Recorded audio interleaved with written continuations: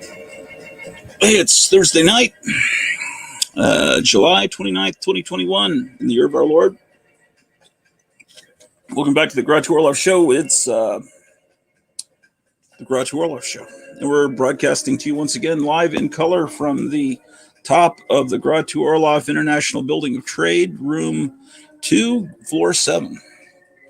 And tonight, Tom Smith from Canada is going to be popping in to talk about humor magazines once again. So with no further ado, hold on a second. Let me switch back to the chat page. See what people have been saying.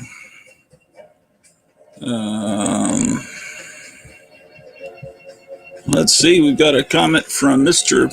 Rigor Mortis 86. Hi, I'm a longtime viewer. I usually watch but don't comment a lot. That's cool. Well, welcome aboard. We got 2 viewers, and let's add Tom to the stream. You hear us? Hey, hello everybody out there on YouTube. It's nice to see all of you today. And Groucho, this is a beautiful building you have here, the trade building, and the top floor is a beautiful view of the road outside and the field in the back that I really like. If you walk to the side, you see the big picture windows with the field. Yeah. So, what's up? So today, would you like to see some? Oh, Basil's here. The one guy I didn't mention showed up. Well, what I'm most curious about, what was delaying me, I was talking to Milton Knight about tomorrow's show, and because he tried sending me an email, and I didn't get it, and so I sent him an email, and he didn't get it. So then it's like, well, maybe we could send the link through the Facebook Messenger, but I'm on my phone as Groucho, and I'm on this laptop as my other identity, Kenneth. So I didn't know how I'm gonna get that to the phone. So I just sent him. It turns out I'm friends with him under both identities. So I just sent him a link. Said, if you want to test out your equipment, you can pop on tonight and do a little teaser for tomorrow. So he may pop in. Oh, wow. Just to make sure his equipment's working. I'm sure it does. I mean, everybody's equipment pretty much works. They have the camera's pretty standardized, so they can monitor us, I think. Yeah. You want to make sure your equipment works, that's for sure. Yeah, well, we'd planned to meet together here at 3:30, and the show was going to start at 4.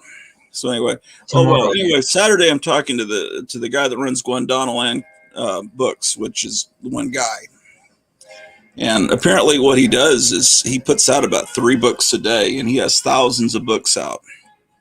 Wow. And what I didn't realize is how easy it is for books to be printed now, just from you order a book and they can print it like instantly, and then it's available to you. So these books don't exist until you order them. Right. Yeah. No, I know they've been doing that for years on Amazon and other places like that. Yeah. Well, I didn't even know it. But so what he does is he's got all these people that are his fans that send him scans of books that own the books, and so nice. He just has to check the legalities and whether or not, I think the laws changed in 1978 from what I'm understanding. Yeah, when I was born they changed the laws. Yeah. And so as long as there's no copyright or nothing there, then he can reprint it. And so what I'm curious, and you could easily find this out, is those Charlton humor magazines from the 50s, whether they have copyright notices on them. I'd like to say hello to Basil and to Meyer Greenblatt and to Gotham City Comics. Welcome to the show tonight. There's a lot of ado right now, Meyer. I'm sorry about that. Well, we're going to get to the show, though. So what did you want me to do? Look at the copyright on the Charlton? Well, if they're easily findable, just look to see if there's any notice of copyright on them. Well, there is. I mean, everything has a copyright on it, so I'm not sure what you want me to. No, apparently all these books that he publishes don't have anything. Or maybe it's a certain. I don't know. I don't think so. I think it's the copyright, the specific laws, like they expire at certain point copyrights, right? But if you look through the old books, they're all going to have copyright indices, like most of them, almost all of them, you know. Well, you just have to look. No, I know they do. I know for a fact that they do because I study that stuff. You're talking about the indice at the bottom says copyright 1957 or whatever. I'm not really sure. We'll find out Saturday what exactly it is he looks for, but there is something that has to be printed on there. Maybe it's not where it says copyright because copyright expires. Maybe it's some other notice that they. Yeah, you're gonna have to find out the details of that because it's very rare to find something that doesn't have any indicia or any copyright information. Well. Yeah, then there's some things that have just been considered to be abandoned. And you might have forgotten he's already printed the 2 issues of Crazy Man Crazy, which is part of that humor magazine. Oh, I didn't know that he did that. Yeah, he did. So I'm sure he can print all of those Charlton issues of that magazine that we love. You just need scans. Okay. Yeah. Yeah. All right. And they're all on. All the scans are on Digital Comics Museum of that magazine. All the scans are on. Oh, are they? Well, then he could just take them from there. That's apparently what he does. Yeah, he goes to different sources and does that. Kimberly, are you friend of Greta's? Yeah. She is? Okay. All right. So I missed that last comment by Mr. Lead Paint. Didn't realize, because I was live earlier for like 3 hours. Yeah. Oh, I was here. You remember a bit? Not in here, but I was in the chat. Yeah. All right. Okay. Well, today, chat, would you like to see some more of my weird oddball comic book collection? I got hundreds of those. Or would you like me to continue with the obscure humor magazines? Because I didn't finish that last time. I've still got a bunch left. Or would you like to see like Cracked or Crazy or something like that? So so we're up to about 1970 with Cracked, right? With Cracked, 72 we're up to with Cracked. Yeah. I'm perfectly willing. I'm leaning towards the finishing off the obscure humor magazines or showing some oddball comics tonight. Yeah, obscure humor magazines is what I'd vote for. Because we haven't finished that yet, and we should finish. Some of those oddball black and white comics of the 80s, I'd like to see putting up on fire because there were so many of them in the 80s. It was just no, I really love them, but they're not all my comics are of that vintage. Some of them are color comics, some of them are newer comics, some of them are quite good. They're not all just bad comics. I have a lot of good comics too. I haven't really gotten to show you a lot of the good ones yet. Okay, well, besides Spandex Tights, which is my favorite one, as you know, and Comic Book, I showed you that. That was a great one. Generic comic book. Oh, yeah, because there was another book called Comic Book that was Chris Felucci, and then there was one called Comics Book that was Marvel's attempt to do Underground. So do you remember I showed it to you, the generic comic book, the one from the 2000s? Yeah, I saw that. Yeah, you should just. And I showed you 3 Geeks as well. So what did we get in chat? What are people saying? They Lead Paint says Cracked. Rigor Mortis wants to see Odd Comics. Okay. So we got 1 vote for obscure humor magazines. We got 1 for Odd Comics and 1 for 2 for obscure humor magazines because I vote for that. Yeah, but I mean you. I don't think anybody else. No, someone just did. Well, he wanted Cracked. I guess that's not an obscure humor magazine. No, that's not it. No. We could continue with Cracked. We could. I'd vote for the obscure magazine. So that's 2 votes for obscure magazines. That's me and Ken. Oh, yeah, okay. Well, that's fine. Let's just do it because I do love showing those odd comics, though. Even though Gratu isn't interested in them, I love showing them. I don't know. I mean, do you have? Reitmeyer. They had the blank covers just with comic book on them. Blank covers on what? The generic ones? Yeah. Yeah. Great comic. Now people pay $8-9 for a blank cover. I just read Major Bummer from DC Comics. I'll show you that sometime. It's a great obscure comic from DC. I got some great stuff to show you, but maybe we should finish those obscure humor magazines. People think that would be good. Yeah, that's fine. Yeah, let's do that. All right. What we can do is look for stuff that maybe Gwendolyn could reprint. Well, they can't reprint any of this because it's too new. What era are we looking at? 80s now? Or we? Yeah, we're up to 88 right now. Ooh, that's not a good time. That's when the world fell apart. You kind of say it about everything after the 60s, though. No. It was mid 80s when things started to come apart. Well, I mean, technically everything started falling apart when Kennedy was assassinated. Yeah, that's what I thought. But it was slow, and then the Vietnam War was another wound to our country. Well, our country, but your country. I'm a big fan of the 80s. I think the 80s was a great time. Are you a fan of He-Man?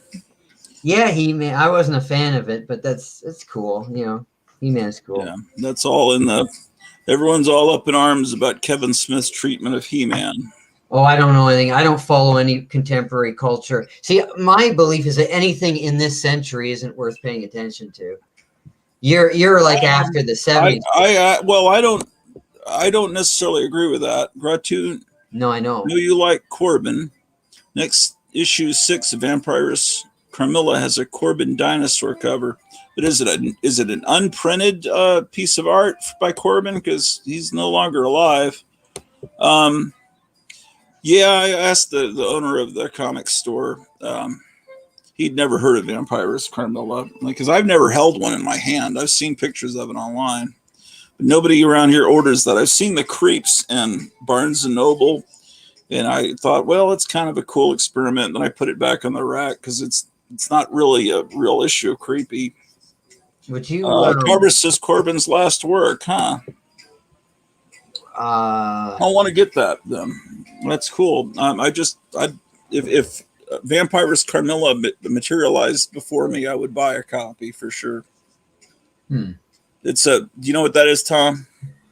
I know there's a lot of Vampirella comics around. Well, this is a magazine that copies the look of the Warren Vampirella almost perfectly. There's a lot of those. I've seen tons of these. No, this does it.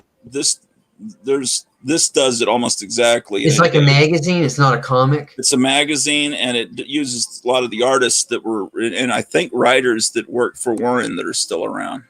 Okay. You order direct and comes with free. Yeah, I guess I could do that. But there's so much I want to do. I mean, I need to order all this stuff from Gwendolyn. I still have yet to get anything from Gwendolyn. But yeah, okay. So we're gonna look at obscure magazines. So you can change the title to Obscure Humor Magazine 1988 to the present, if you'd like. If we can add that, I'll add that later. Okay. All right. You ready? Yeah, sure. Yeah. Everybody ready? Okay. No, they're not ready. Oh, they're ready. It's all okay. 8 of them. Yeah. I'm gonna pick up where I left off last time after that 7-hour stream. Yeah, we can't do 7 hours tonight. No. It's like almost 10 here. Yeah, that's right. Yeah. Okay, so I want to start off with a magazine called Anything But Monday. Oh, shit. This is actually a comic book. Oop. And, I hit the wrong button. I was trying to make you full screen, and I hit the full screen. That's okay. So I want to say, I could tell the guys that created this magazine about this video and get them to watch this because I know both of them on Facebook. Except I just said, oh no. So. Well, you do that a lot though. It's just the front cover. Did they draw the cover? No, they didn't draw this, but so I didn't insult them. I'm just insulting some nameless artist. I wasn't even aware that you were owing at the magazine till you just said that. But I'm sorry. I'm sorry. I need to stop being sarcastic. Okay, let's look at this magazine. Oh, as long as you don't put those pictures in my face, I don't care. No, I wouldn't do that. It's a little okay. Anyway, so let's talk about this. Okay, so these two guys named Mad Mike Mazzato and Frank Edward Nora met in college in the mid 1980s. Oh, The they mid met. 1980s, yes. It's so annoying. You're not going to do that to Milton Knight. I know you're not going to do it to him or to the Guantanamo Bay. Why would I guy do or that to a whatever. guest? What? What you said? Not to guess you Well, respect. Is that what you said? I'm not that comfortable with him yet to do that. Oh, it's because you like me and everything, and you're comfortable with me, so you can, be, No, it's just no. Okay, go ahead. So these two guys. see people are gonna watch this and they're gonna be like, "What is this? I'm turning this off. I want to hear about humor books." And this guy's just putting these pictures on this guy's face. Those people are out of their mind. Okay, so Tom Seaver. What does Seaver mean? I don't know if you have the right to know now that you did that. Okay, that's all right. Go ahead and show us this magazine. All right. Okay. I mean, I'll tell you later if you're right. good. If you're good. Okay. All right. So Yeah, wonderful.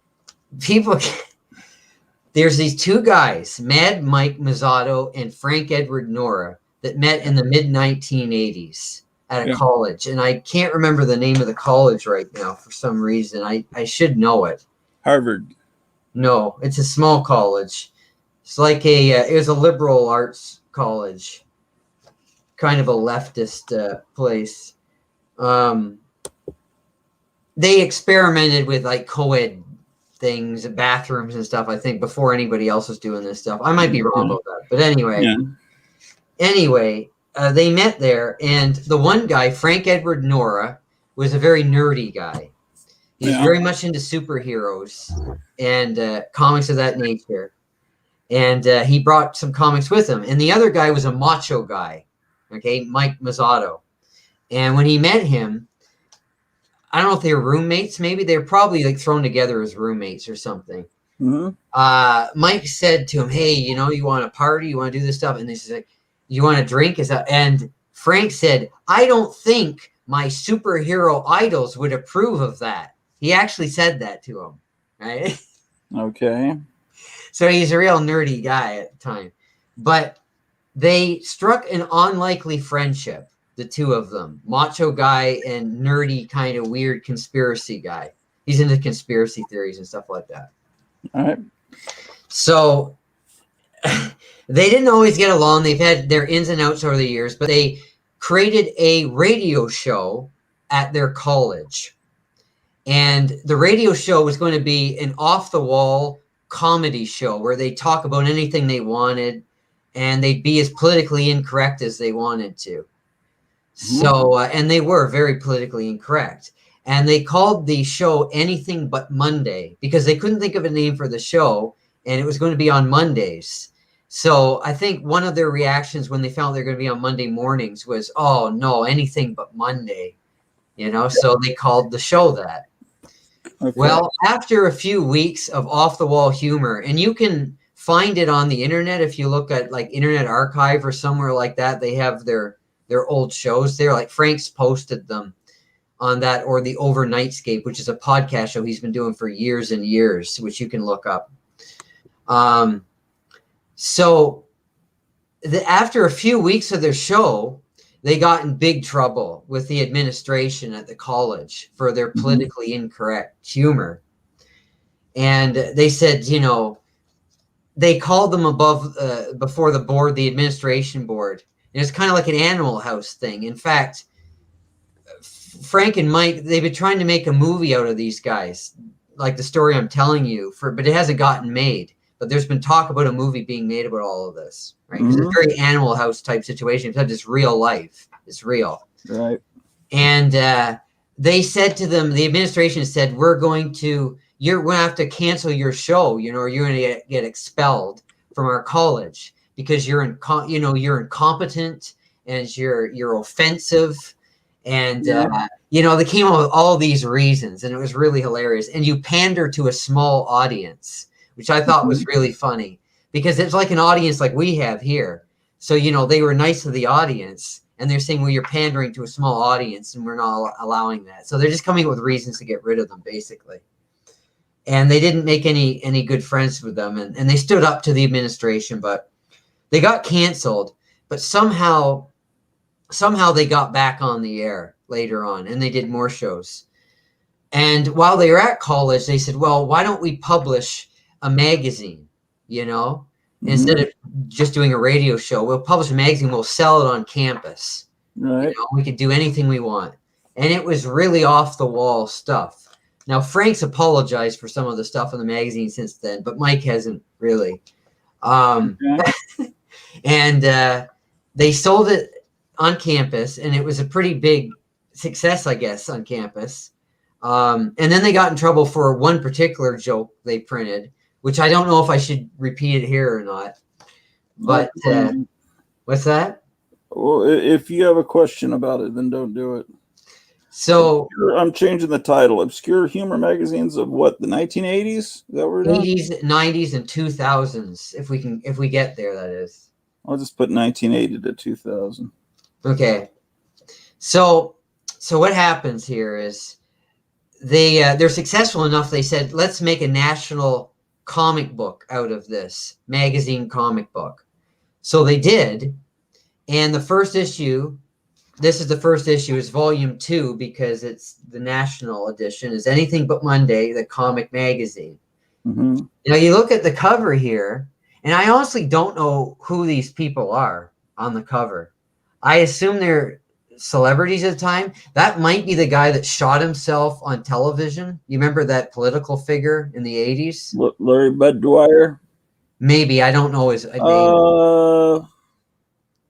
Yeah, it's not a very good drawing, but it could be him. Yeah, that's about what it looked like. Yeah.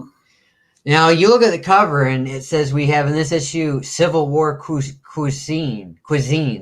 Keith Partridge love potion formula. You can be made of China. Undulating female glands. Tube wars. Eustachian versus Fallopian. Toe crud. The Incredible Anchovy Man, Week Sentence of the Week, and Coffee Like Emotions. So you see this, what is this? This is weird. I think they never said it, but I feel like they're going for a National Lampoon feel to this. Yeah. It's really off the wall and exciting. Those are the two guys when they were in college there. That's Mike Mazzato on the left and Frank Nora on the right. Now, as I said, I've talked to these two guys. They're on Facebook. They have different lives now, obviously. But this is what it is. So they have things like, and they did the same stuff on the radio shows and magazines. So weekly world perceptions and ponderings. You see? Okay. Yeah. So it says things like this. Do you ever notice where eggs come from? And we eat them. Do you ever think about what the menu would be like at a cannibal sushi bar? Do you have at least one friend who constantly does bad Saturday Night Live impersonations? It's kind of like all these things, that do you ever wonder about these things? Why do people love the smell of such toxic substances as gasoline, new rubber, and magic marker? And things like that. How much of Paris is really made of plaster? I really like that. I think that's really neat.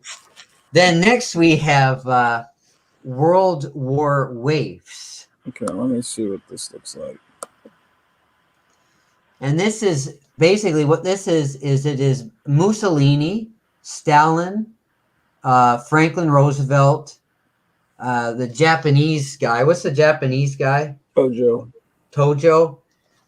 Winston Churchill and Adolf Hitler when they're kids. That's what this is about. Okay. Yeah, double secret probation. It was something like that. Is that from Animal House, or do you know about these guys? Animal House, yeah. Okay. It was something like that. And then we have, that's it. Yeah, that same type of thing happened to them. So everyone's entitled to our opinion. This is an editorial that Mike would write in each issue, and this one he's going off on beauty contests. Okay. Which is really funny, by the way. It's really funny. I don't know if you want me to read it or not. Do you want me to read it or not? You don't? So how many issues did they put out of this? So that means you don't want me to read it. Okay. No, well, we just don't have time. Okay, yeah, we'll move on. I'll read you a few more things. So then they have giblets, which are words that are in the dictionary but shouldn't be. It's really interesting kind of stuff. So yeah, that's a takeoff of that guy. What was that guy that was on Fridays? He did, what was it, Sniglets he had? Was that what it was called? I don't know. What was on Fridays? There was a show called Fridays. Oh, I know Fridays. Yeah, and there was a guy that had this little routine about words. It was the guy was Rich Hall. He was a comedian. Oh, I remember Rich Hall. It was Yeah, a word that doesn't appear in the dictionary but should. Oh well, this is words that are in the HBO series, not necessarily the news, 83 through 90. Right. And I know he did it on that show Fridays, or maybe he didn't do it on Fridays. I don't remember. He was also on Saturday Night as well. That was what? He was also on Saturday Night Live in '85 as well. Oh, okay. Then he went on there afterwards. Gloppen is a word. See, this is a word that's in the dictionary but shouldn't be. They say so. Gloppen. Yeah. Gloppen. It means to be downcast, or a gunk-filled writing utensil, or a place used for storing such gunk. If you have to glop, please glop in the bathroom. And they have like a funny definition. That. Then they have the Our Side Gallery, which is like Far Side, a parody of that. Okay, that looks pretty much like that looks like decent. They have some weird comics. This was written by Frank Nora, Big Nuclear, about people that work at a nuclear power plant. That's pretty. Who's Frank Nora? Frank Nora's and Mike Mazzato are the two guys that. Right, the two guys did this. Yeah, the radio show did and all the magazine. The art and all the writing. No, they did the writing, but the art is done by some of their friends. Oh, okay. One of the guys who did the art is Frank Panucci, who had his own obscure comic book. I think it was Coda. It was called, which I love. It's one of those weird independent comics from the 80s. Yeah, I don't know. Ask Dr. Mike is a column by Mike Mazzato where he gives funny answers. All right. Kind of hardcore funny answers. And then we have a surreal thing, the Hollow Earth Files. Okay. They have a horoscope, not a real one, of course. And then they have, what are the most annoying feelings you'll ever have? So it'd be something like having your acupuncture done by a jackhammer. Waking up with a hangover to find Nancy Reagan under one arm and Edwin Meese under the other. Riding a roller coaster with your arms flailing wildly over your head just as you pass under a low metal support beam at the foot of the steepest hill. So, stuff like that. Then there's a regular feature called Nomads that stars Frank and Mike themselves.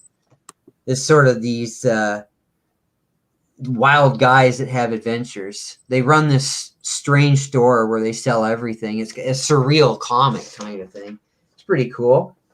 Yeah. Oh, and then they have a section called Classic Fights. Well, they'll pit two entities against each other, and they'll break it all down, and then they do analysis of who they think would win the fight. So in this one, they have Mike Tyson against Mothra. Okay. And then they predict the outcome, and they have Tyrannosaurus Rex versus a giant polar bear. So that's pretty cool. This is really funny. Fun and games with your internal organs. Mm-hmm. Choice Maven. So they give you a choice. They say, would you rather trash your girl or boyfriend's parents' car while boring it, or be held underwater until you pass out from lack of oxygen? So they're both, bad things, but which would you rather, Stuff like that. Would you rather let a pack of firecrackers go off in your hand or be totally blind for a week?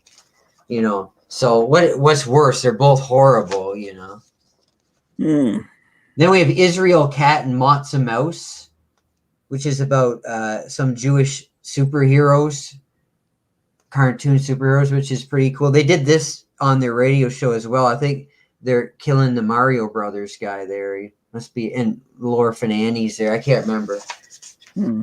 Pretty interesting. Oh yeah, brief but blunt biographies.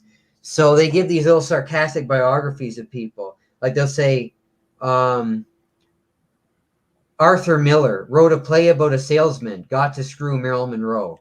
So that's the whole biography of him, you know.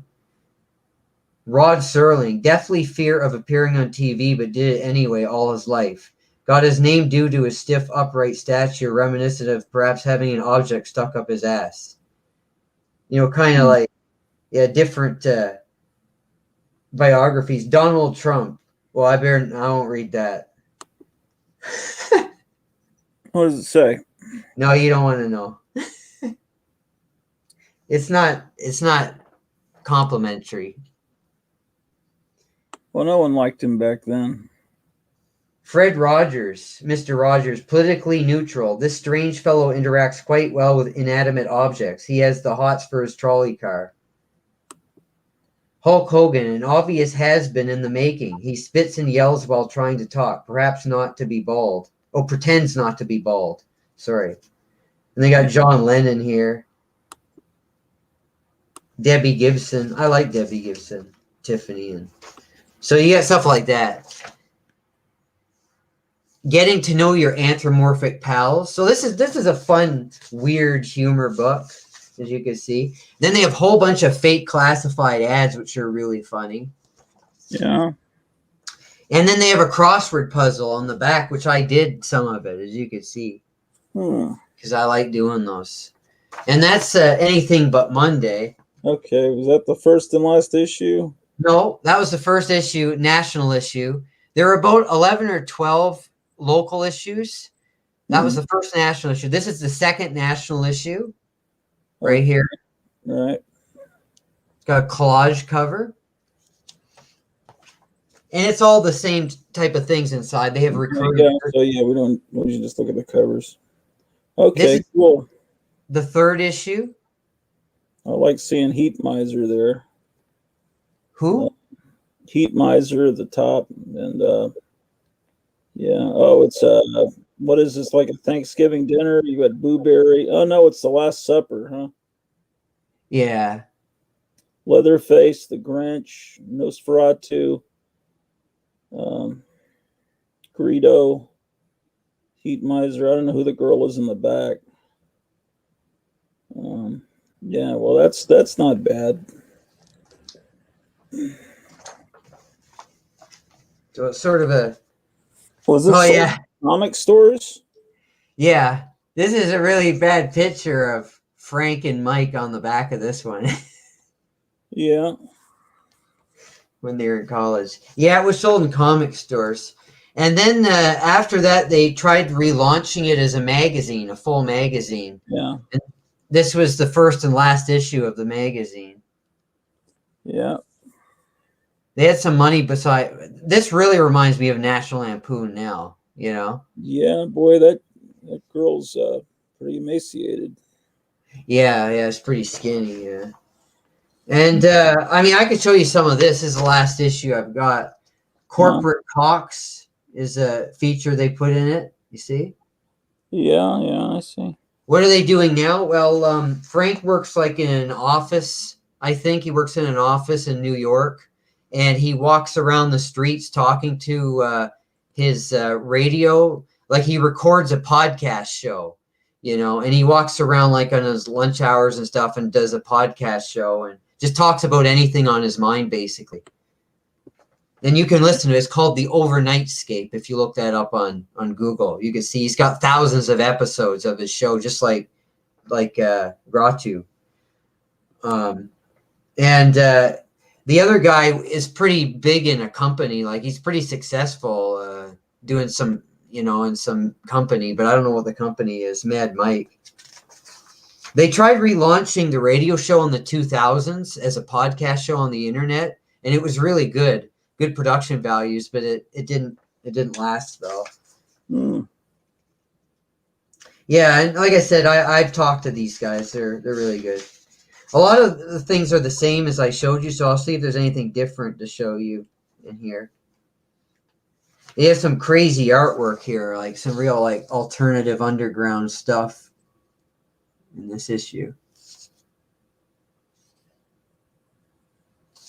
They tried relaunching it one more time in the 90s as a very small book, like smaller than a comic book, but that didn't, pick up either. Yeah, they got a lot of crazy, interesting artwork in this issue. Let's see. It almost looks like what I imagine Weirdo magazine might look like, Maybe what's his face? Oh, Gratu could tell us if that's what Weirdo looks like. Tell me again what you think it looks like. Like Weirdo magazine? Show me the art you think looks like. Well, I don't know, just the artwork you might see in it. No, I got these from my comic shop, I think. Weirdo magazine was more art oriented. Yeah, well, there was art there I was showing you. I might not have seen it, but yeah, I was looking down for a second. But what they did here is, does anybody remember Woodstock 1989? They tried to do like a new Woodstock in 1989. I know they did another one in the 90s too. But they went to the people at Woodstock and they interviewed them. And they gave these really stupid answers to everything because they were really dumb, a lot of the people there. Yeah. And so it's really funny. Like they didn't make this up. This is real like answers people gave. It's really funny. There's a lot of pages in this. This is a big, this is an 80-page magazine, 80 pages. So there's a lot to read in here if anybody wants to buy it. It's pretty good. I like it. Here's some more artwork. There's a lot of text features, which are fun to read. And then there's these weird art, kind of alternative comics in it as well. So they went all out for it, but it only went for this one national magazine. Yeah. So there you go. And then they have some poetry, some crappy poems. That's what they call crappy poems. I'm not calling them that. Yeah. And there you go. That's Anything But Monday magazine. So the next one, now we're going to enter the 1990s, everybody. So this magazine came out in 1990, first issue, and it was published by Revolutionary Comics. Revolutionary Comics is famous for putting out all those unauthorized rock and roll biographies that were really hot sellers back in the early 90s. Todd Loren was the president of Revolutionary Comics. He died tragically in a mysterious way a few years after this. When there's a documentary about that, I haven't seen it, but be interesting. So they were a notorious company in the early 90s, very successful for a while. And he liked humor magazines, so he wanted to put out his own humor magazine, and he called it Barf. Okay. This is their mascot, Sid Nauseous. So the first issue is magazine size. It went to comic book size after that. So we got parodies of MTV. And, Guns N' Roses and Parents Against rock music back then. A lot of them were complaining about the lyrics in rock music. And so they do a satire on that. Yeah. As well they should, in my opinion. But, well, in rap anyway, in my opinion. But anyway. Then they have the typical humor magazine type stuff. Oh, we have a bunch of Twisted Image comics by Ace Backwards. I don't know if you guys have heard of him. He's on Facebook. He's a pretty cool guy. These are funny comics he did. I don't know if they were in newspapers or not, but they look like they would have been. But pretty good. Right. Then we was one. Go back to it. Mm-hmm. Go back to those. Twisted Image was in little fanzines. That used to be in local fanzines. So I guess that was syndicated to punk rock magazines. Yeah, and they're pretty funny. Have you read some of them? Gratu? I remember them existing. I don't know that I read them. They're good. They're good. So there's a lot of them in here too. Yeah. Oh, good night, Kimberly. What if comics said what they really meant? So we have parodies like Melvin and Slobs by Watered Down. Yeah. And, you know, it's pretty cool stuff. We have Garfunkel by Dave Jimis. Yeah. Outlandish. Cathode. Yeah. And then they have a real comic called Open All Night about people that work in a convenience store. Yeah. Then we have more Twisted Image. Okay. And we have a parody of Roseanne called Grosanne. Yeah. You can see. Yeah. Yeah. This is pretty fun. Oh, and this is a comic. I think Todd Loren, I think he created this. He wrote the story. And it's a character he created called Stand Back. And he even published his own comic of Stand Back, but the character didn't really go anywhere. Yeah. He's sort of a rebellious teenage character. I guess he was hoping it was going to catch on, but it didn't really. Then there's an LA Law parody. Oh, then we have an artist that's very clearly doing a homage to Wally Wood. Yeah. Yeah. Definitely. It's Larry. No, it's Landgraf. Ken Landgraf. I think he's an artist of some note, actually. Independent comics. Yeah, pretty nice. And then we have Captain Everything. Now, this is a superhero parody comic. Yeah. So this guy, he's got everything going on for him. And he's really funny. This is a really funny comic. And he goes on adventures. So you guys that like the superheroes, you know, this is a parody. It's pretty funny parody. Yeah. You might enjoy that. And it goes on for a while. You know, it's a lot of fun. Then there's a Jimmy Swaggart parody. Jesse Helms. An interview with Disney's lawyer. So they're making fun of how like Disney wants to sue everybody in this. Yeah. And that's pretty funny. So this is a neat magazine. Barf is a neat magazine. Then if you turn it over, they have a Mad Magazine parody, a short Mad parody. Yeah.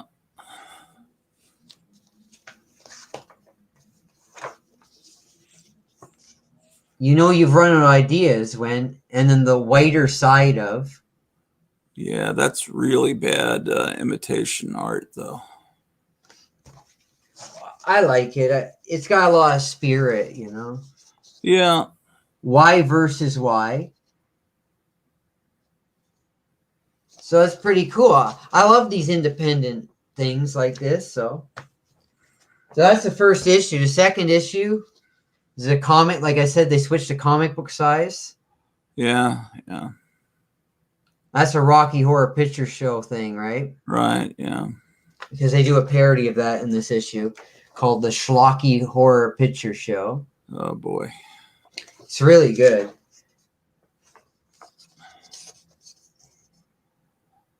You see? Yeah. Really cool art.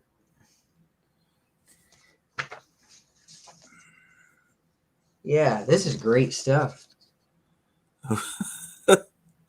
Okay. What did you, wonder what the production run on this was. I don't know. Then they have more comics. Andy Crap and Blandy. Yeah, I did an Andy Crap myself in the magazine I was doing in the 80s. I guess that's a pretty obvious way to take Andy Cap and just turn it into crap. Yeah. I thought that was really... I'm kind of surprised you don't respect these kind of amateur things better because you did your own amateur magazine. You know? Yeah, but I don't respect... Well, I it's hard to explain. I don't like... if I'm going to pay money for something, I don't want it to look like it was drawn by high school students, even if they're talented high school students. Oh, well, No, if my seventh grade students handed me something like this, I'd be amazed. But if I have to pay money for it in a comic store, when as an alternative, I could spend that same money on a comic from 20, 30 years before in the 60s or 50s. I would. and I'd rather have this because I think this is more interesting, in my opinion. Yeah, well, it's just because it's from your childhood, and that. Well, also I just like amateur stuff, you know, like in humor magazines and stuff. Yeah, well, I like humor magazines, but artwork is super important to me. That it has to be of a certain. I know you're all about artwork. I'm more about the reading, like if it's fun to read, you know. Artwork is secondary to me, and I'm in the minority. I know. Well, in a comic book, it's the first thing that you see before you actually read it, and if the artwork is very amateurish, usually you don't give the writing a chance. Yeah, but that's what attracts me, though. Amateur artwork attracts me to a comic, you know. Oh, okay. So you're looking at these like they're Ed Wood movies. They're so bad they're good. Is that what you're saying? Because you're not saying so. They're bad. Yeah, I guess. Although I don't think it's bad. I think it's pretty neat. There's National Lampoon. Oh boy, that's funny. Without him, who would we steal ideas from? The David Letterman. Yeah. Are they thinking that National Lampoon steals jokes from David Letterman? Yeah, I guess so. At that point. Well, maybe at that point National Lampoon had fallen. I don't know. It was still pretty good. I mean, again, people won't agree with me, but I think it was great at that time too. It was different, but it was great. I thought. This is the last issue. There's 3 issues of Barf. This is the last issue. Okay. So there's David Letterman. Okay. But you don't mind it when I show things that you don't care about, right? Well, you know, no, I don't mind, I guess, as long as we don't spend too many hours on them. Because, you know, the chat might be interested. Yeah, but, yeah. This is a David Letterman parody. I know, I think this is great stuff, but, you know. Yeah. Well, it's your show, I know. No, it's cool. It's fine. It's wonderful. I should have my own channel, so. I like this rubber stamp parodies. Yeah. Okay. Yeah. Stamps talking to each other. I don't know. I think this is pretty cool artwork, and you know, well, I mean, some of it's better than others. I think this is a pretty good one. Reality versus the Neil Flosby show. Oh, okay. So what would he really be like? Because, you know, Cosby Show is like a fairy tale version of reality, like a lot of sitcoms are, right? Yeah. So what would he really be like? They didn't go as far as he did in real life by any means, but now this is a very funny parody called Archie. They always like do Archie in these humor magazines, you know. Yeah. There's Reggae Head. Let's see. Okay. Reggae. And this is in Gumby because she's Miss Grundy, and so she's Gumby in this parody. Okay. All right. Betty and Veronica. Funny stuff. I enjoyed this a lot. Yeah. So I think this is a good one. I think this is a pretty good newer humor magazine that I recommend. All right. Teen Bleat.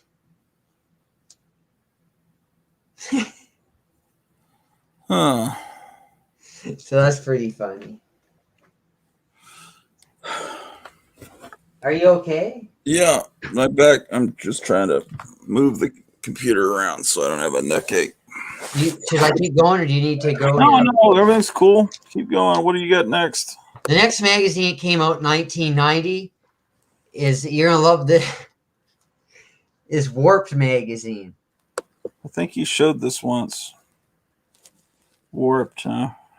So this is Gary Brodsky's humor magazine. Oh, okay. This is Saul Brodsky's son, who Saul Brodsky was artist and production manager for Marvel during the Silver Age, and one of the creators of Cracked magazine, right? Yeah. And founded Seaboard magazines. So Was quite an interesting guy. So he put out this magazine. Okay, let's see. He put out this magazine after Solson Comics folded. A few years later, he put out Warped magazine. I don't get the joke on Batman. Is there something weird with his nose? Is that what I'm supposed to be laughing at? I think I'm not sure, but I think maybe there's supposed to be a fly on his nose or something. That's a guess. I'm not sure. Okay, should you have to guess what the gag is on the cover? That's not no. Isn't that neat? No. So then we have like make a person a zombie in 1 minute ad. Okay. Really cool table of contents. So there's the staff. Gary Brodsky's on the left there. Al Ochnio's there, and Rich Buckler, the famous comic guy. He's the managing editor. Okay. Because he worked with Gary Brodsky a lot, Solson Comics. So first we have a parody of Guns N' Roses called Guns and Bruises. Okay. And again, it's about the Mothers Against rock lyrics thing. So they take on, it came out the same year as Barf, so they take on a lot of the same subjects. Yeah. Then we have some one-pagers. The Warp Side of the Speeding Ticket. Okay. Wheel of Torture. Okay. Every excuse in the book. I think Gary Brodsky published a book on excuses that you can use, like for girlfriends or work or parents or whatever. So excuses for breaking a date, denting a car, stuff like that. Oh. And then you get Stand Back Again, Todd Loren's character. I'm not sure how that worked because, you know, I don't know how that happened because Barf was out at the same time, and it's kind of weird.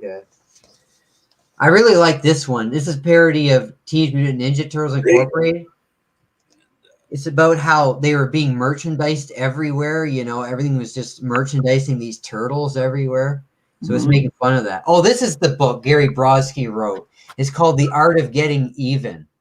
And it's these really mean-spirited ways to get revenge on people in like a really nasty, mean ways. And he wrote, this is like excerpts from his book. You could buy that as a separate book, and these are excerpts from it. Oh. It's pretty nasty. Then there's a poster in the middle called Alcoholica, which is supposed to be like Metallica, I guess, but you know. Mm-hmm. We have a wrestling parody. Let me see. Yeah, I see. If I open up a magazine or comic, I see artwork like it looks so amateur. I say, I gotta buy that. You know. Thacker's Revenge. This was a comic about an alternative band and trying to get gigs, and that was pretty funny. The Warp Side of Tattoos. Okay. So it's a lot of, you know, Mad and Crack type stuff, but on a lower budget. And look at that. Again, we have an Archie parody. It looks like the other one. It's like they had the same people working on both magazines. Yeah, did they? Looks like they might have. Some of them, yeah, some of them are the same people because this is obviously the same artist. You could tell, like. Yeah.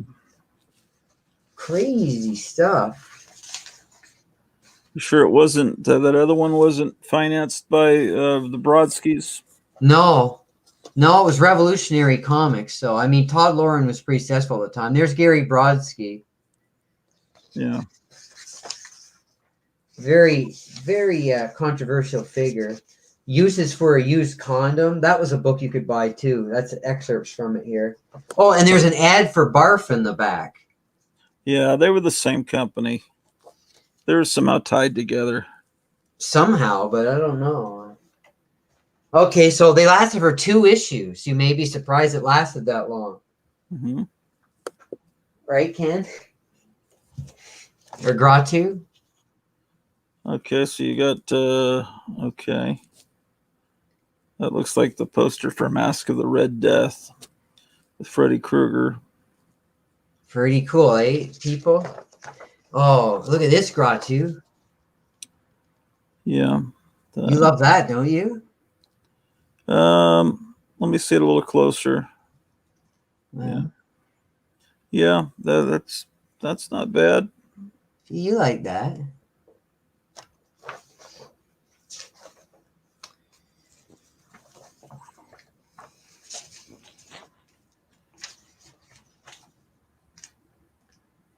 It says a lot of the same stuff as in the first one, but it also has they review forgotten films.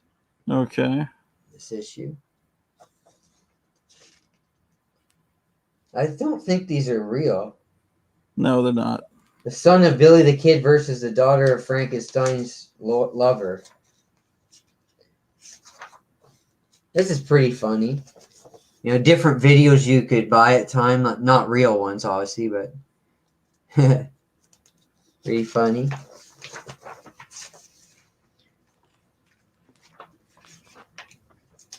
And who's the big fan of the Charles Atlas parodies? Is that Graphic Man?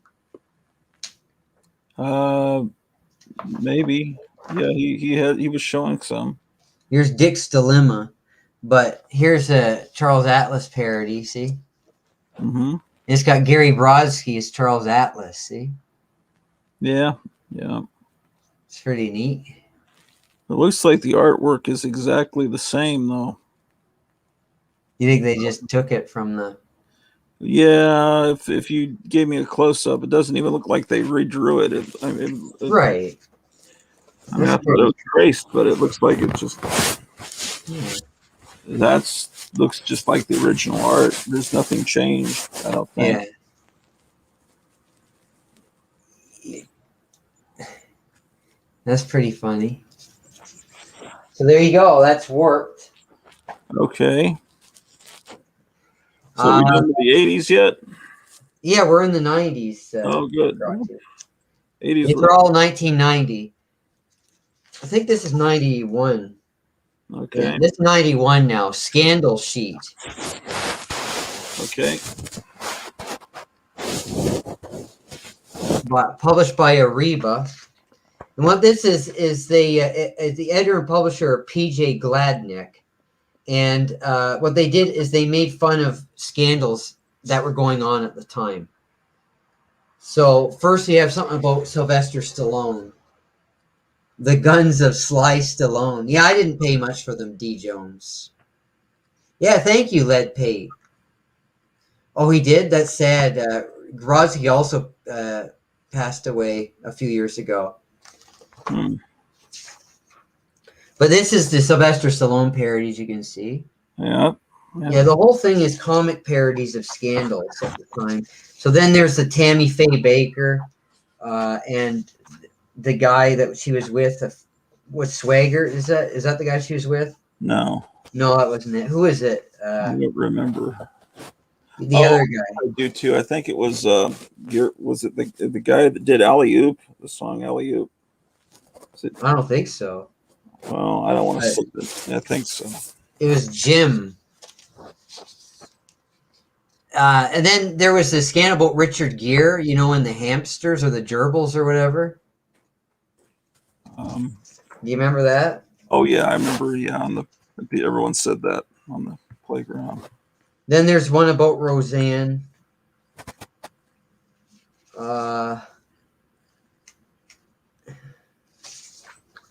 They have a Dick Racy. Oh yeah, then they have a Warren Beatty parody. So it's like Dick Racy because he was Dick Tracy. You remember in the movie? Yeah. That time.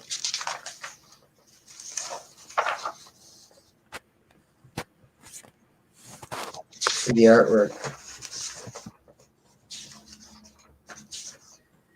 And and then there's a Donald Trump parody called Trumped. Okay. In this issue. But it also involves other people like Marlo Thomas and her husband Phil Donahue. Yeah. Phil Donahue, thanks. I couldn't remember his name. So, and then there's a Sam Kinison story in the back. So that's the first issue. And then the second issue is Scandal Sheet 2. There's only 2 issues of this. Yeah. This is when the Gulf War was on. So there's a big article making fun of Saddam Hussein called the Saddamizer. Yeah, I just looked it up. It was Gary Paxton that she was obsessed with, and that caused the problems in the marriage. I don't know if they had an affair or she was just obsessed with it. Really? Yeah. I didn't know that. So Yeah. he's the guy that did Alley Oop? Yeah, among other songs. I didn't even know that. Middle-aged Mutant Ninja Turtles.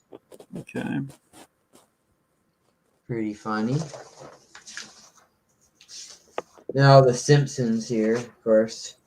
Millie the White House dog. I guess that was George Bush the first's dog. So, then Rob Lowe, he was in a big sex tape scandal back then, so they got a parody of that. I remember all that. Yeah. Then more Marlo Thomas and Phil Donahue. Must have been a lot going on with them at the time. Oh, and then Robert Downey Jr. You remember that big, not Junior, the other, Morton Downey Jr., sorry. The talk show host. You remember how he got in those scandals? Yeah, he tried to stage a hate crime. Yeah. And then they advertised a 3rd issue with James Dean if he was alive and today, but it never came out, though, as far as I know. Mm-hmm. But that was a pretty cool magazine. Yeah. Then we have, what's that? So I was just saying, yep, sure was. Then we have a magazine called Wake Up. Is that a Christian magazine? It is a Christian magazine. Yeah, I think I'm familiar with that. But it's not overtly Christian. Like it doesn't go into religion a lot. Like it's present in it, but it's not. What's that? I said that's okay. Yeah, it's really good. Like either way, it's good. As long as it's funny.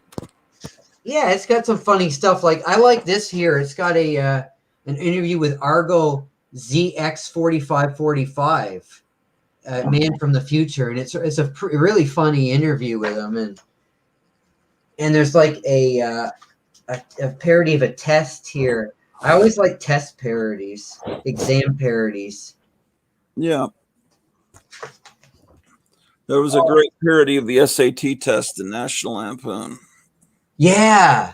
And there's a great one, Crazy Magazine. When I show you those, I should show it. It's a fantastic one in there too. But that National Lampoon was hilarious. And did you read The Lawyer, like the bar test for lawyers in National Lampoon? That was hilarious too. Yeah, many years ago.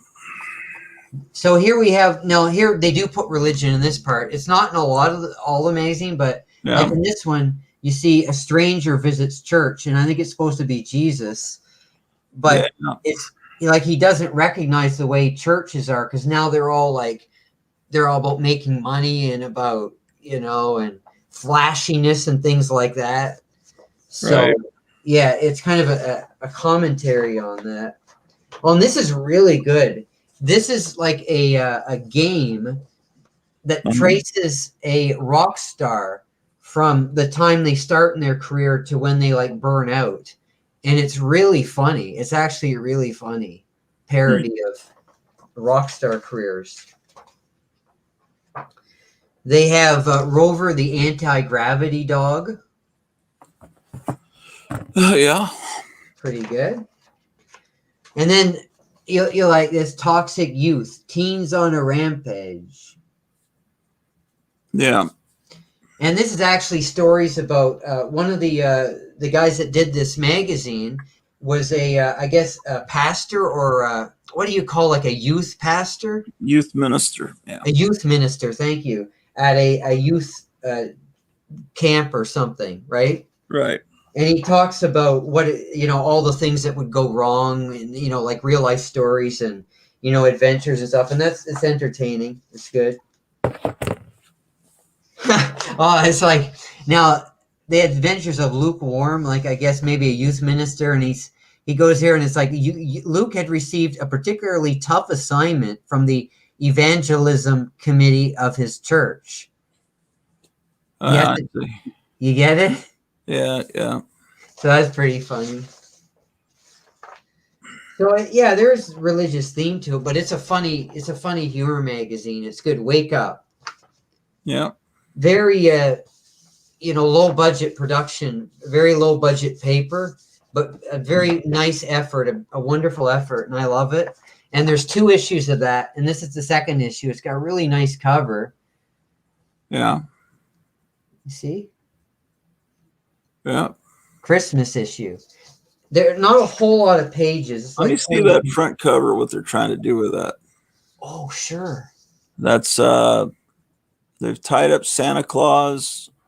Who's the guy on the right? That's a great question. I think it's the Argo, the man from the future. Are you sure that's not supposed to be Jesus? Does it have a crown of thorns on? No, he doesn't. He's this guy, isn't he? Isn't he this guy, Argo, the guy from the future? I don't know. I can't really see. He doesn't have any crown on or anything. Okay. Oh, it says Argo Sleigh. Okay. Oh, it does say that? Oh, right there. How Right. silly am I? Okay. Well, I guess they think that everyone knows who Argo is by now. Well, he's a character in the magazine. Yeah. Oh, this was hilarious. Cards, condoms, and charity. So I'm trying to remember what this is. I remember it was really good. This sports figure, he's signing his autograph, and but he's this greedy sports guy, charging all this money for his autograph, and it's a satire on him. It's really good. That's all I can remember. Lead Paint wants to know how you found out about the magazines. She says he never knew anything. Lead Paint. I would scour all of the archives of My Comic Shop and eBay looking for any humor magazine I could find, and I look all over the place, and that's how I find these things, to discover every obscure humor magazine that's ever existed, because I wanted to own all of them. This is neat. This is a parody of Modern Toys. Yeah. So GI Barbie doll and feminist Frida doll. Yeah. So that's pretty funny. Yeah, Jesus, my drinking buddy. Is that this one is here? Oh, and a fake like parodies of kind of like fake churches that you might find in the yellow pages. Mm-hmm. Let's see what this is here. From the publisher who brought you Legends of the Dark Knight, unsubstantiated rumors of the Dark Knight. Speculative tales of the dark. That's funny. Yeah. That's really funny. I like that. And then we have Argo, the man from the future, another adventure with Gravity, the wonder dog, or whatever his name was. Ooh, you'll like this. When Titans clash. See? Okay. I think. I can't remember what that is exactly, but it probably has a religious theme. I guess there is a lot of religious theme in this magazine, but it's good, though. It's a good magazine. Yeah, well. So there you go. Okay. So we're in the 90s? We're in the 90s. So. Yeah, we've been in the 90s for a while. Yeah. So that's all I have in that pile. So do you need to go to bed now, or? I have more, but. Well, what are the define more? What kind? What do they look like? Let me see them. Well, I have to go and get them. Oh, okay. I don't want to rush it. I want people to be able to look at them and enjoy them, Yeah, But okay. So will the next pile move into the 2000s? No, we're still in the 90s, because that's just the early 90s. Do you have those parody comics that parody comics, comic books like the X-Men? Yeah, I've got those, but they're not with the humor magazines. We'll have to do that with. That's where I have like with my oddball comics. Oh, So we'll do that if you want when I do my comic collection. More of my comic because collection. those look like those weren't terribly drawn. No, some of them are better than others. Some of them are really good, and some of them aren't. But D. Jones says, I guess you have an extensive Mad collection, and he wants to know who's on your posters. okay, I could tell you that. So, all right. So back here, you see John Candy. Oh, now you can't because Ken just Sorry. put it off. Okay, now you can. So this is Delirious, the movie Delirious, starring John Candy, and that's John Candy right there, and those are the other actors in the movie. And this is Tiffany, the singer Tiffany from the '80s, and this is the Willie and Floyd, which is a wonderful children's show for adults as well in Canada that a lot of people wouldn't know outside of Canada, but it's like one of my favorite TV shows. It's amazing. So that's what's on those posters. Do you want me to get the '90s magazines downstairs, or would you? Well, are they what are they higher quality than what we were looking at? Or are they about the same? Or Well, I think they're great. okay. Well, what do you have that's in the room where you don't have to go out of your way? Well, it won't take me long to get them.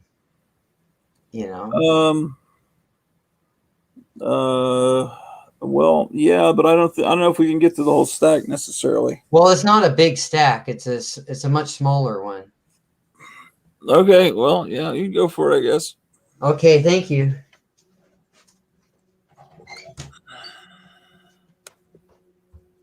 All right. So D. Jones says, wow. I don't know that. Oh, so yeah, I guess I'm a stickler for art.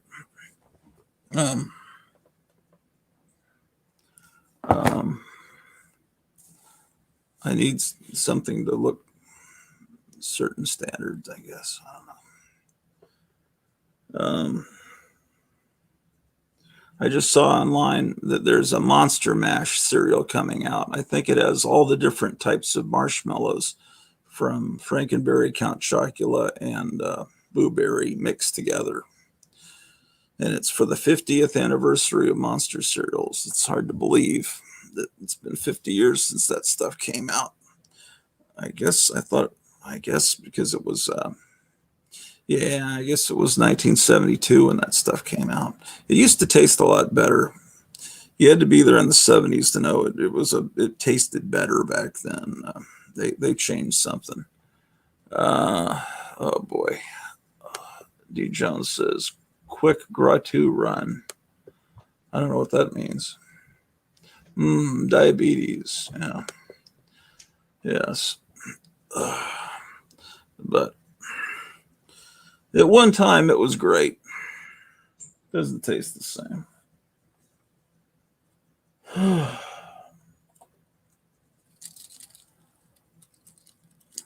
We still have 5 people watching.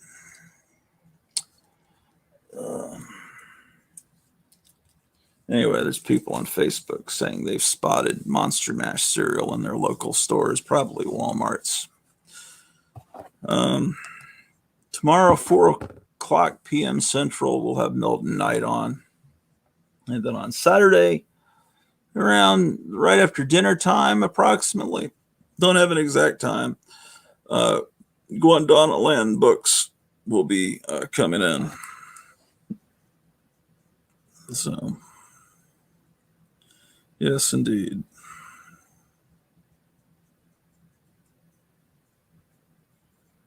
And Lance Jones says that where is it at?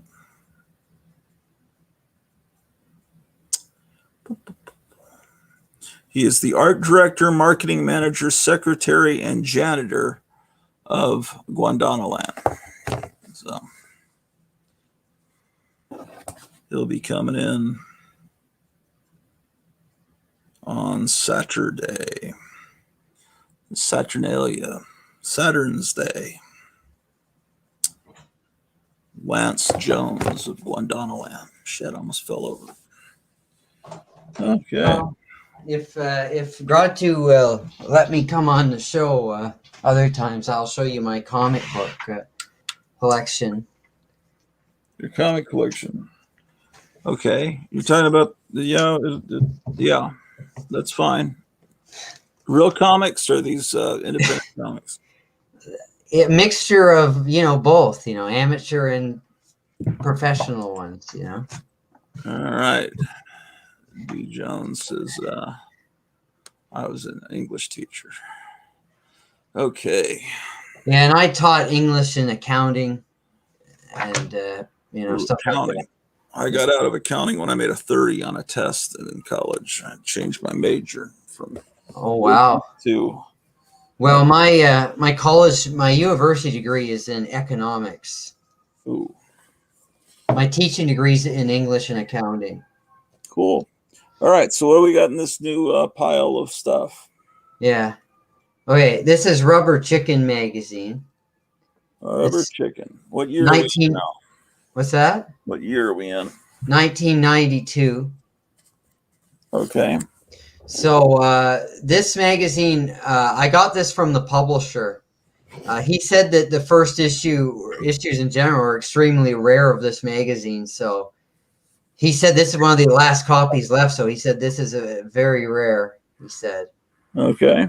So yeah, it's a magazine that it's more of a text magazine, but there are some comics in it as well. What did he charge you for it? I can't remember. He didn't charge a whole lot though. Yeah, because it's rare doesn't mean it's valuable.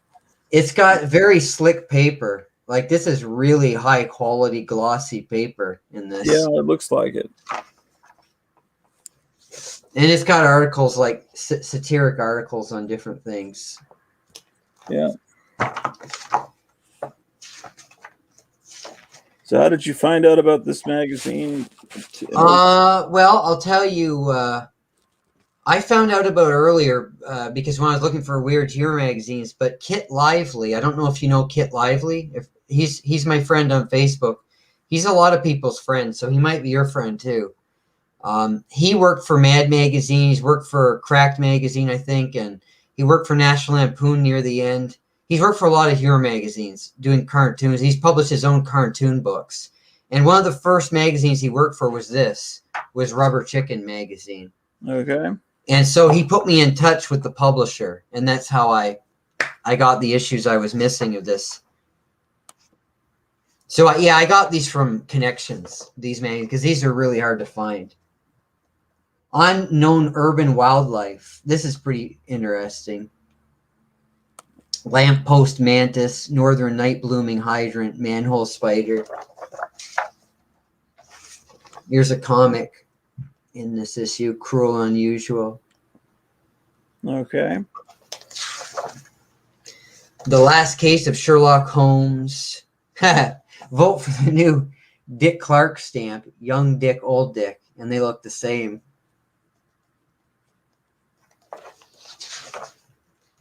And then you have some more Ace Backwards work here, the history of Monk Rock.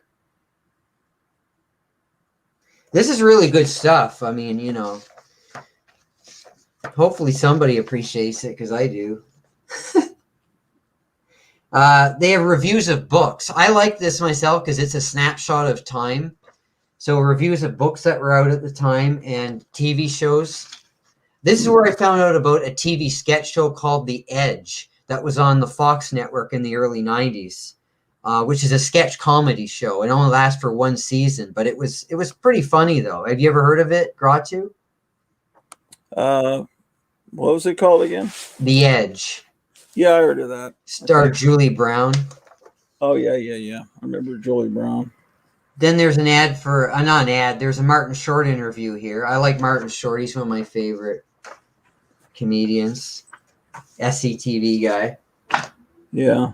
So that's the first issue. The second issue is an interview with Gilbert Gottfried, who has a great podcast show, interviewing like old time show business people that are still alive. It's an amazing podcast show called The Amazing Colossal Podcast with Gilbert Gottfried. It's pretty popular on the internet too, if you look it up.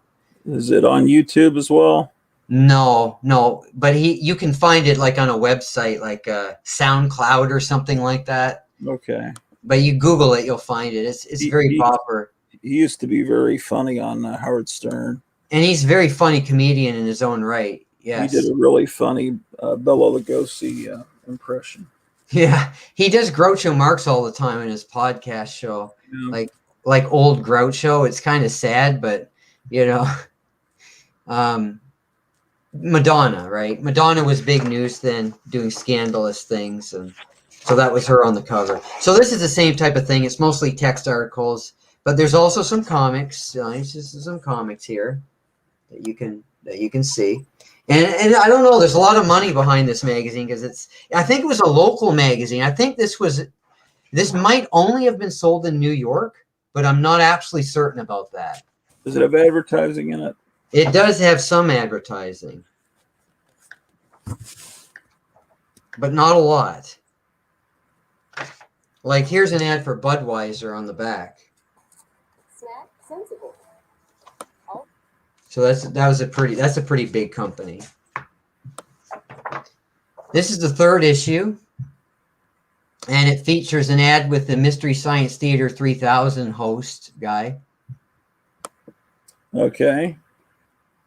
That's a pretty funny cover. The dinosaurs see Barney the dinosaur, like, oh no, kiss Jurassic goodbye. So there's some funny stuff in here.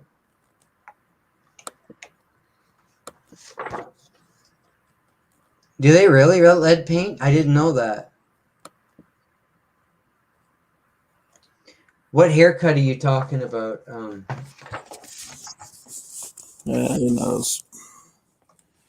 All right. And then the last issue, so it lasted 4 issues from 92 to 94. This is the last issue. Okay. That's kind of cool. What do we have in the background? Is that John F. Kennedy? Yeah. This looks a little overweight to be John F. Kennedy. And then you got the big-eyed kid and cat. What's on the right? What's that? Oh, that's Scooby-Doo? I think that's just one of those dogs that plays poker. Right. Yeah. Oh, and that's Elvis. Oh, it's good taste. Okay, I get it. Yeah, anything they consider bad taste. Yeah. All right, I get the joke. Unfortunately, it has an interview with Joy Behar in it, but it's a good issue besides that. That's pretty bad. Yeah, she was considered a comedian at one time. Yeah. For some reason. Right? He has short stories. This is a short story about a mime that's bugging this guy eating a pizza. It's interesting. They saved Nixon's brain. Yeah.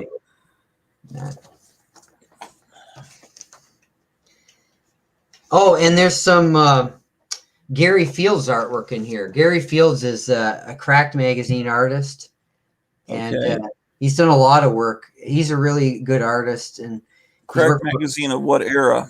From the Mort Todd era. Okay, so and later as well. He's a very good artist. Yeah, and that's a fun magazine. They do the Blue Man Group. They do a review of them, and right. It's interesting. I feel like Ken's doing penance by watching this video. Do you want to end this or? No, everything's cool. I'm just in a little bit of pain, but I'm cool. Okay. Now this is the magazine that everybody wanted to see. Unfortunately, they're not here anymore. The people that wanted to see it. What is the magazine? It's the Bill Clinton one I was talking about. Okay, I don't remember, but yeah, well they'll see it on a repeat. I hope so, because everybody wanted me to bring this up, and now I have, but no one's here. But well, some people are here, but they're not. Like Graphic Man wanted me to get it right away, and he's not here right now. You know. Yeah, he'll watch it at some point. I mean, people have things to do on a Friday night. I know Wait, it's Meyer Thursday night. Greenblatt, did you? This is Thursday, but Meyer Yeah. Greenblatt, did you? Are you here? Is he still here? I don't think he was ever here on this show. Yeah, he's here. He's here. How do you know? Because yeah, I remember he's been talking in chat. Oh, okay, maybe. But he said that he wanted. I think he wanted to see it too. I think so. He's there. All right, well, Maybe other people want to see it too. We'll see. go ahead and So I'll see. anyway, it's called Slick Times Magazine. I'm surprised you guys haven't heard of this. So what it was is a magazine that came out. It started shortly after Bill Clinton became president the first time, and it was devoted to making fun of his presidency. Okay. And it lasted for the whole length of his 2 terms. And it ended about when just after George Bush was elected. Yeah, So that's Hillary Clinton there trying to sell her new health care plan. that doesn't look like her at all. That's really bad. I think it does. It But, looks like Mr. Bean. and that's Clinton there. Yeah, I can recognize him, but her, no. So they also sold counterfeit bills with Bill Clinton's picture on them. You could buy through the magazine. So yeah, it's got like, well, a lot of it's text, of course, like text stuff, and it's political humor of the time. But yeah, they had some comics too with the Clintons. Okay. Like Ted Kennedy's in bed with them here, and I'm sure it doesn't go as far as it really could have. I don't think they could have without. probably not. I haven't read it I've read all my magazines, but I haven't read this in a while, so I don't remember. They called him Slick Willie. Yeah, well, that was the big term that everyone was using. But I guess that's why it's called Slick Times then. So maybe this was only sold locally. I don't know. Because you guys, a lot of people haven't heard of it. well, I don't know where they would have sold that. I thought it was from Texas or somewhere, you know? Well, here's the thing. Something like that would be sold in a store that has a lot of magazines like Barnes and Noble. And those places are going to be heavily owned by liberal Democrats. So they're probably not going to stock that magazine. So Well, let's see.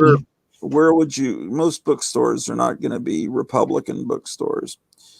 So I don't know where you would find a magazine like that. Probably through mail order, or they might advertise during some conservative talk radio. I don't know, but I never saw that. It says Valley Center, California. That's where it was published.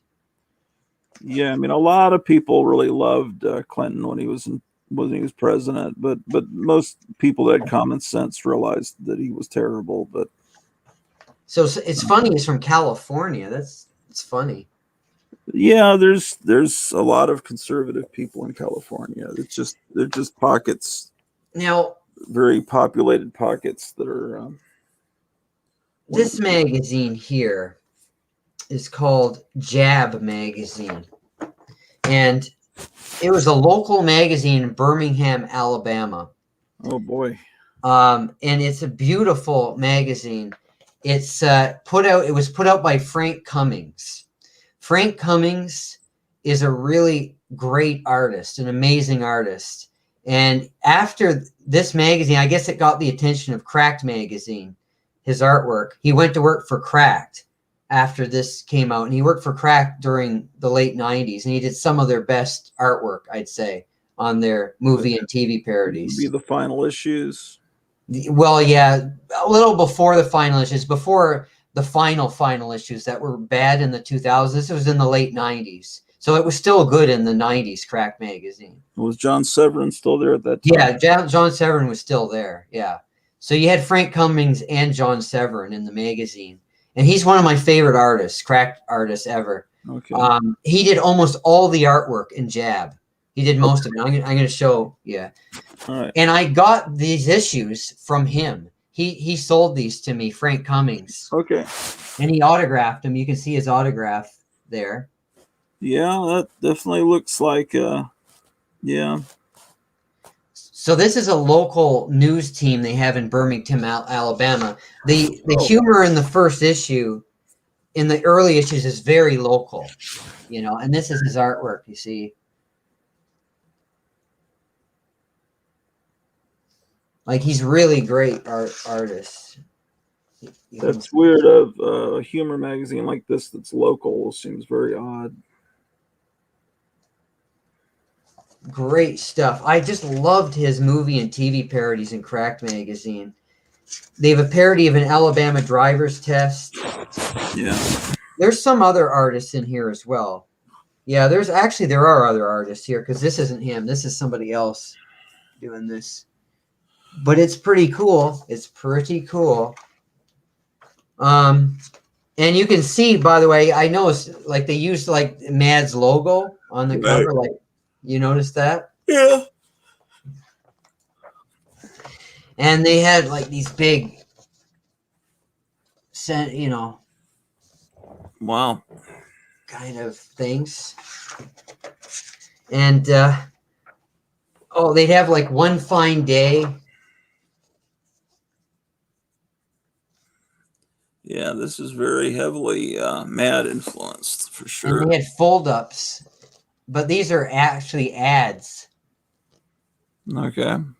And Hometown Zeros.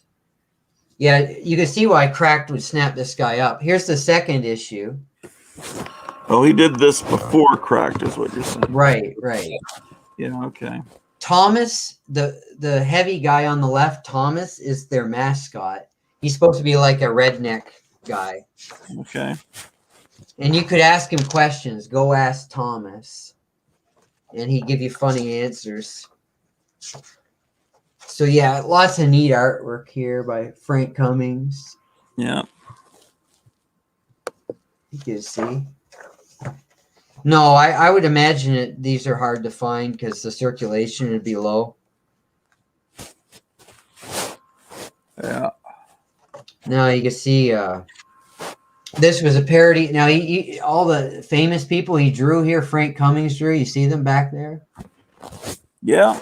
I actually recognize some, so he's pretty talented. Yeah. Unfortunately, okay, so this is what happened after he worked for Crack Magazine. He also worked for Richard Simmons doing the cartoons in his newsletters that he used to put out. Okay. And then he got a steady job in the 2000s doing the Blondie comic strip on weekends. Oh, interesting. In the national papers, Oh. Where he imitated perfectly, the original style of the Blondie strip. Yeah. So you wouldn't know it was someone else, although the other guy died a long time ago that created it. Yeah. I think his son did it for a while, right? I think you're right. Yeah. Chick Young, is that his name? Yeah. Mm-hmm. And that's their mascot guy, Thomas, there. Okay. Third issue is a sports issue. And these are sports celebrities. Okay. Jab Illustrated. Each one looks like a different magazine. So this is Mad Type. Yeah. This is Time Magazine, right? Yeah. And this is Sports Illustrated, see? So that someone might just think is a sports magazine. I don't get a sense just looking at that instantly that's a humor magazine. Well, I mean, it could, that. Yeah, well. Yeah, he couldn't have kept that Mad logo up every issue without getting into trouble. I don't think. So yeah, there's all sports parodies in this issue. Very, very high quality. Yeah. This is better than what we've been seeing. Okay. I mean, it's professional looking, is what I'm saying. It is. This is the fourth issue. Okay. How long did this go on? Well, 93. Well, I'd like to tell the story if Oh, okay. All right. as I get there. But the sad story I was going to say before is that I told you he did the Blondie strip, but he died a few years ago Oh, of cancer. okay. So he sent these magazines to me, and he died a few years after that. And it's, he was very young, just really sad. Yeah. He sent me this note too. I just want to show you this. You see it? Yeah. So y'all can read that. That's Frank's note that he sent me. Right. Yeah. Yeah. So that's a Christmas issue with their mascot guy and different things, This is the 4th issue we're up to. Yeah. Yeah.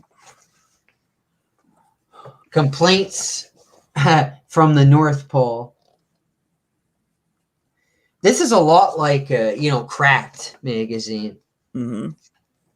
Beavis and Butthead, I mean. I like Beavis and Butthead. I'm a big fan of them. Yeah. Yeah. They're the only cartoon I like. I don't like The Simpsons or Family Guy or anything like that. I like the Beavis and Butthead, though. So that's the 4th issue. The 5th issue. So, hey, Gratu, this is their anniversary issue. How many of these celebrities do you recognize there? A bunch. Yeah. You want to name them all? No. Okay. But there's some, they're recognizable. Yeah.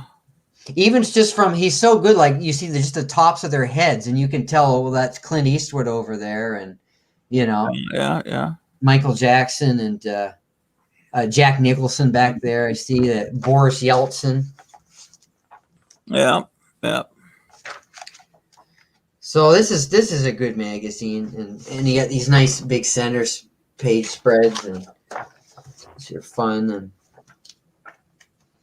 so if you could find it, it's worth looking down. They had a lot of ads in this, so these are real ads here. I don't know how people would find a local magazine except maybe eBay. Yeah, you'd find some copies come up once in a while on eBay, but I don't know how much they'll go for because it's not easy to find. Okay, so that was the 5th. Yeah, the 5th But issue. there's right? not. But is there demand? It may. Well, there should be. This is the 6th issue, which he also signed. As you can see, he sent this one to me as well. The Hot and Sweaty. Brother, wow. So yeah, he drew this. Yeah, but no one's gonna know when you keep changing your magazine look so drastically. No one's gonna recognize it, or you can't keep a following. This artwork is so good. That looks like it could be a photo. Yeah, true, but it also is not.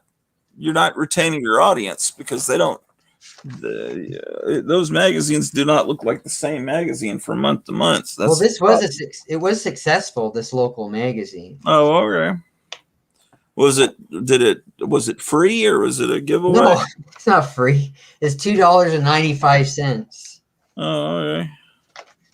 Great price.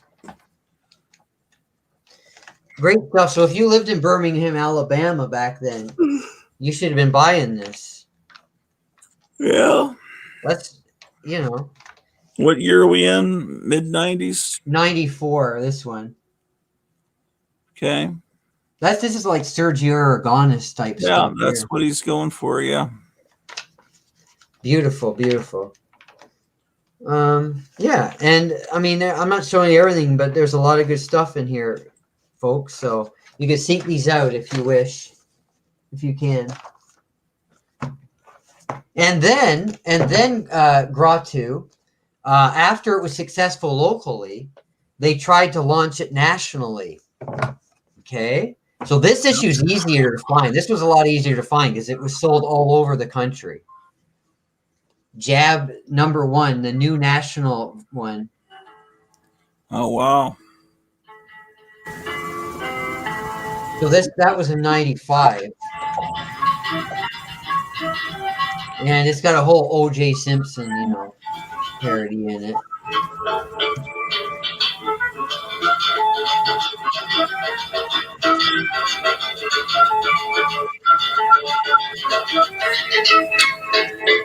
about the whole trial and everything going on. And then we have some Bill Clinton stuff parodies. Can people still hear me in chat? Yeah. Because that was pretty loud, that music there.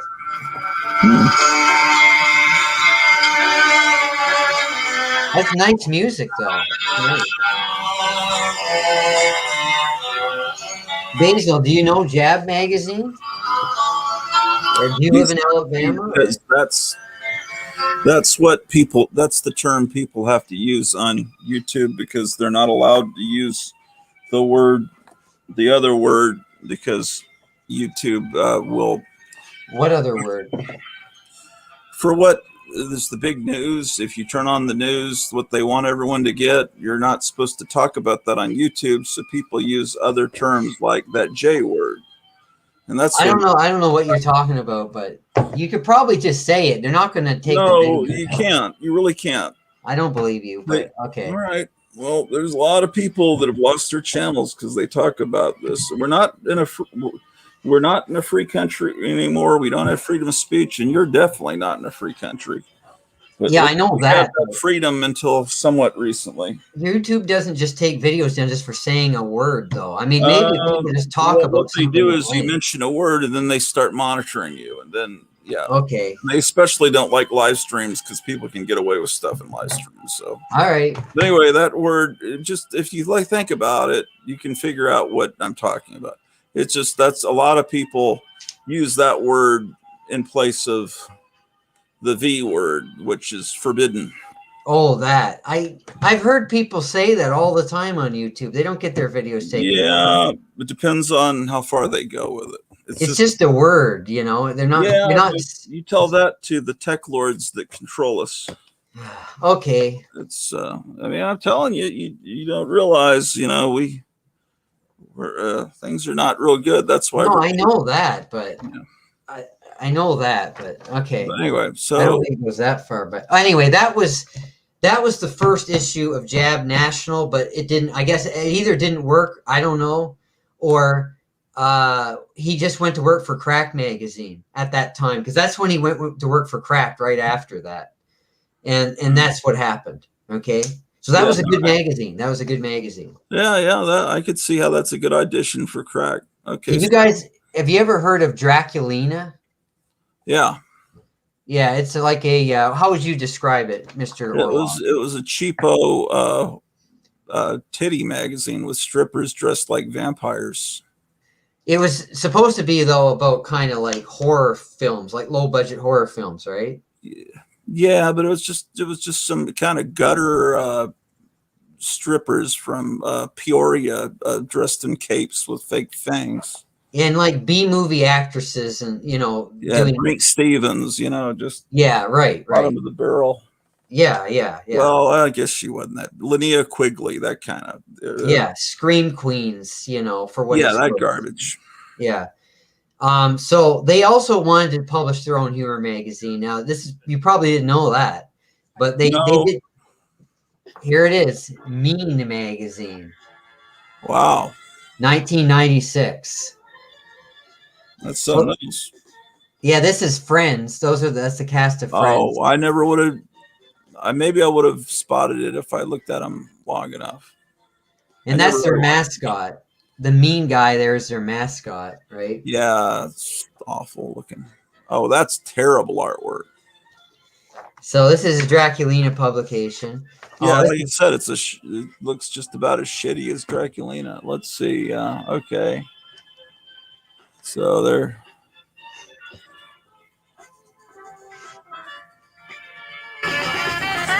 So he's going to beat up Alfred E. Newman. That's what that's about. Yeah. Name this guy contest, the mean guy on the cover. And then we have a parody of Friends, like a full parody of it. You see? Okay. Yeah. Fiends. Okay. And I think it's pretty neat. I like it. Yep. That's pretty good artwork. Okay. Well. Ron Sutton. Better than a sixth grader. No, that's way better than 6th grade. Maybe 10th grader. No way. That's good art. That's good art. I don't believe you. I knew guys in 8th grade that were painting with airbrushes, and What does that mean? I mean they were almost Richard Corbin level in 8th grade, and I mean, so this here, these are cartoons by Kit Lively, the guy I was telling you about. He's my friend on Facebook, and he worked for Mad Magazine later on. that guy worked for Mad there. Yeah, he worked in National Lampoon, Cracked, and Mad Magazine. Okay. And he does these like funny one-panel gags. He's heavily inspired by Sam Gross, the National Lampoon Oh, guy. of course, Sam Gross. Yeah. Yeah, and he does that type of humor. It's very like out there, gross out humor. And so this is all by him. And Barry Dudder, you've heard of Barry Dudder. He wrote this. He worked for Marvel Comics. He worked for what the? Yeah, he ran for a long time. No, I don't know him. And he worked for Crack Magazine later on. He was big at Marvel Comics. Okay. So there's some neat stuff in here. And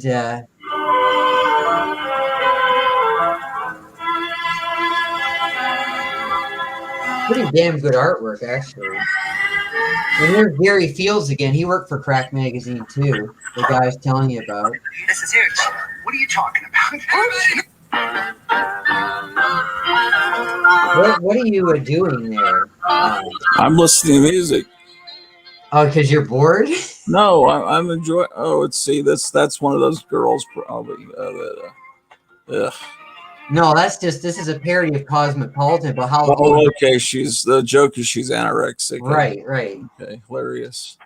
And it's about how the magazine is bad for women and everything. Oh. All right. Except Cosmopolitan never had anorexic women on the cover that I recall. Yeah, Gary Fields is a really good artist. Here's Tales from the Crapper. Yeah. It's like an EC comic, as you can see. All right. And it's like an EC story. Yeah, except it doesn't look EC like. No, it doesn't look like it, but they tried, Here's a female cartoonist here. You don't see many of them in humor magazines. Okay. Doing some Star Trek, parodies. And you get a wad up at the back. Instead of a fold-in, you get a wad up. So you're just supposed to like wad up the paper, I guess, and throw it out. I don't know. The whole magazine. I knew you were gonna say that. I knew that. So that was the first issue, and that's all they published. They didn't last for more than one issue. Oh man. You okay? Yeah, that's great. I just a little bit of pain in my neck. That's all. Okay. Yep. Okay, but all right. Now there's a famous humor magazine in Canada, in Quebec, Canada. Okay, called Saphireur. I'm not sure how you pronounce it, Saphireur. And it's like the Mad Magazine of Quebec, and I think it's just as popular as Mad in Quebec. It's been around for decades. Okay, is it in French? It's in French. Okay. So they thought, well, this magazine's popular in Quebec. Why don't we publish it, in the rest of North America, right?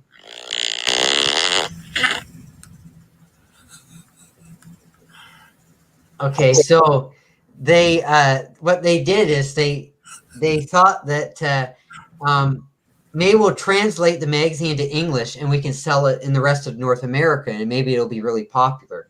Right. So they did that. They translated it and they called it Nuts.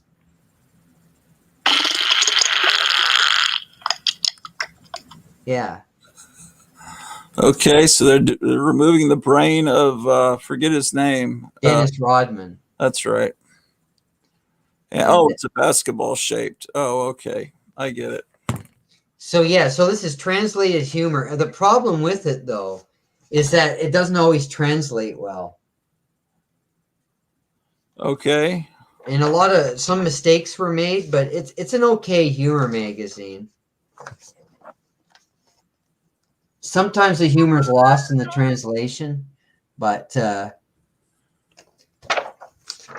It's an interesting experiment, though. Now here's Archie again. You see it? Now, see, that looks more like Archie's art than those other parodies you were showing earlier that were. This was one of the first Euro magazines to have color, not counting like the Lampoon types of magazines. I don't know if people heard me or not because you're doing that, but here's okay. That's nice. Here's that Bill Clinton's scandal here about the scandals going on with him. Okay.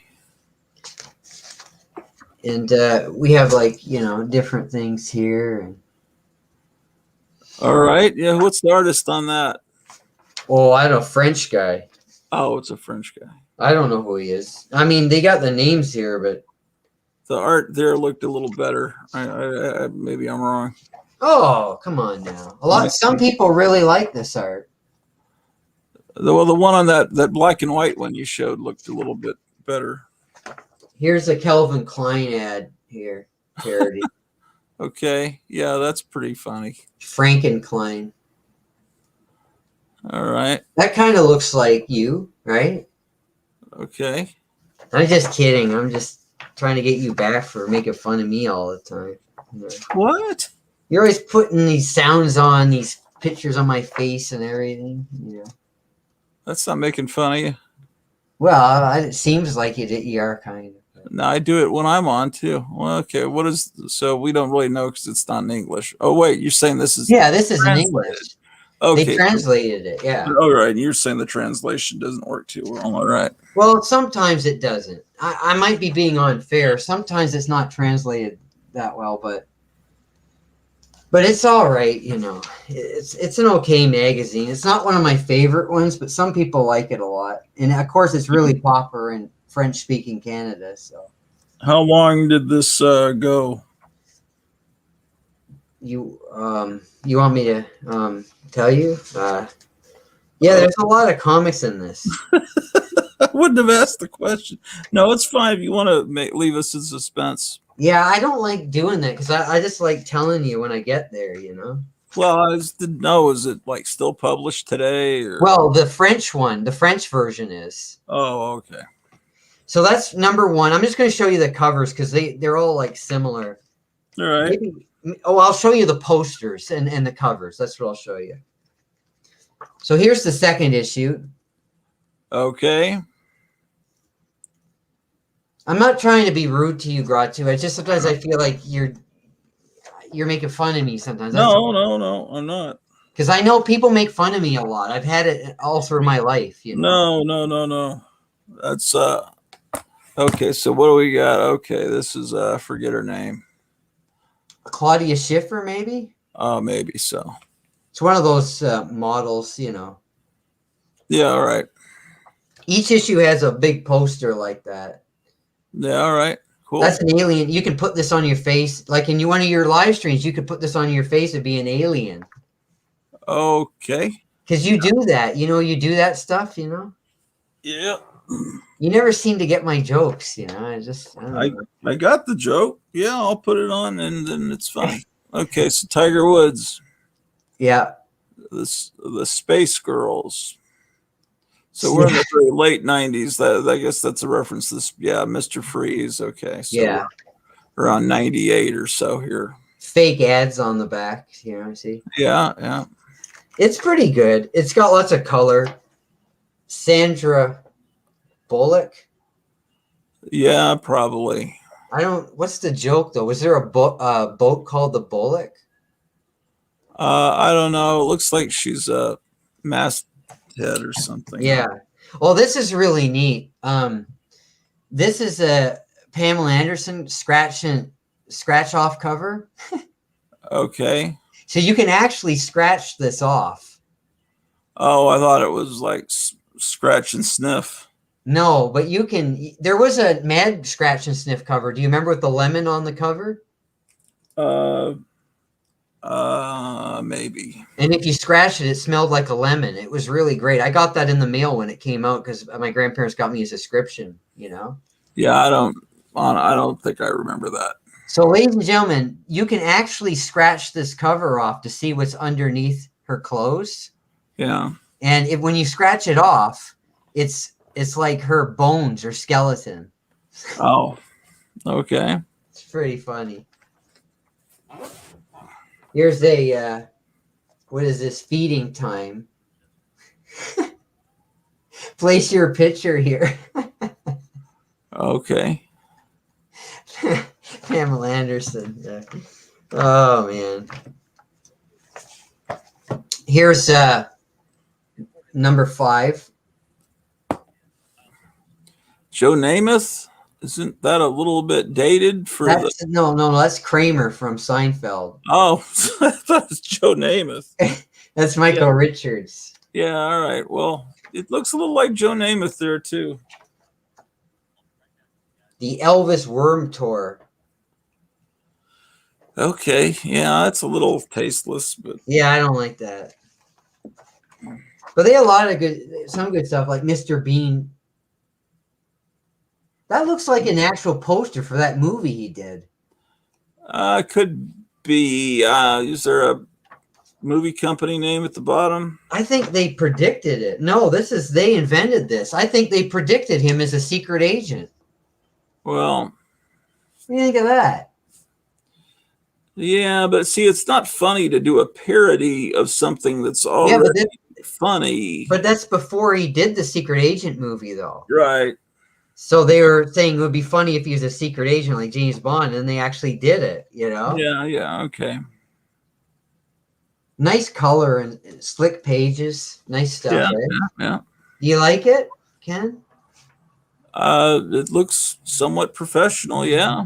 It is. It is professional. Done by very talented French artists and writers. Right. You're not going to kick me off your show, are you, Ratu? No. Okay. All right. Just stop being paranoid. I'm always like that. Okay. Here's the 6th issue, Spice Girls. See? Okay. Yeah. That's good. Pretty neat. And you can eat a trash dinner, macaroni and fleas. Okay. I don't know if there's any poster in this one, or maybe somebody ripped it out. I don't know. Oh, there is. There's a Space Girls poster. Oh. What's the joke, though? There isn't. Oh, well, it's just like wall of shame. That's all, you know. Oh, so they're saying they don't approve of the Spice Girls. Well, it's a parody magazine. I mean, you know, that's what they do, right? Yeah, but it seems like they would make them more grotesque. That just pretty much look like them. Yeah, but that's good. An album cover or something. There's a parody of Starship Troopers in here. Is that a movie that you're a fan of? I don't know. I enjoyed it. It was, Parody of it in here. yeah.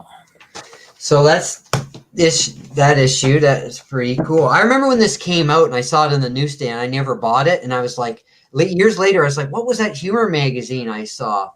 Yeah. You know. And then it took me a long time to remember what it was called, and then I was like, "Oh yeah, that was it." And then I wanted to get all the issues, and What is it called again? Oh, Nuts. Okay.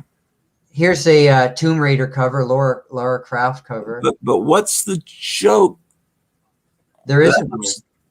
Well, then how is that making fun of her? That's It's actually not. a picture of her. It's just a neat cover. Okay. I mean, it's like literally a I like picture it. of her. That could be a video game magazine. Yeah, it could be, but it's not. Okay. So the French just don't get it that they're supposed to make fun of things. I mean, because that looks like a video game magazine. Let's see. Tomb Raider 3. Finally get your hands on Lara Croft.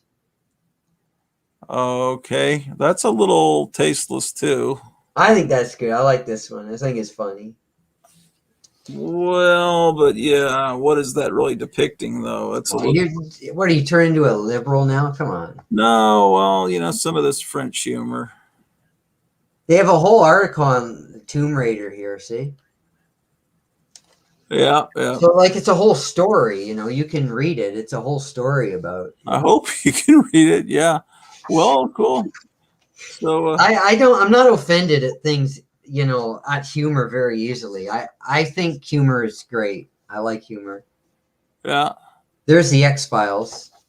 Oh yeah, okay. So That we're was definitely in everywhere. that time period. X Files was still on the air at that point. Yeah. And then like a tabloid, the Twit. So it looks like one of those tabloids, you know. Yeah. Funny stuff, actually. This is better than I thought it was. I like this. So it's still published today in French. Well, the French one is, yeah. Yeah. The English one wasn't successful. This wasn't successful in English. Can you speak any French? I took French in high school, all throughout high school. I can speak some French. I can read it better than I can speak it, though. So have you ever thought of buying the French magazine?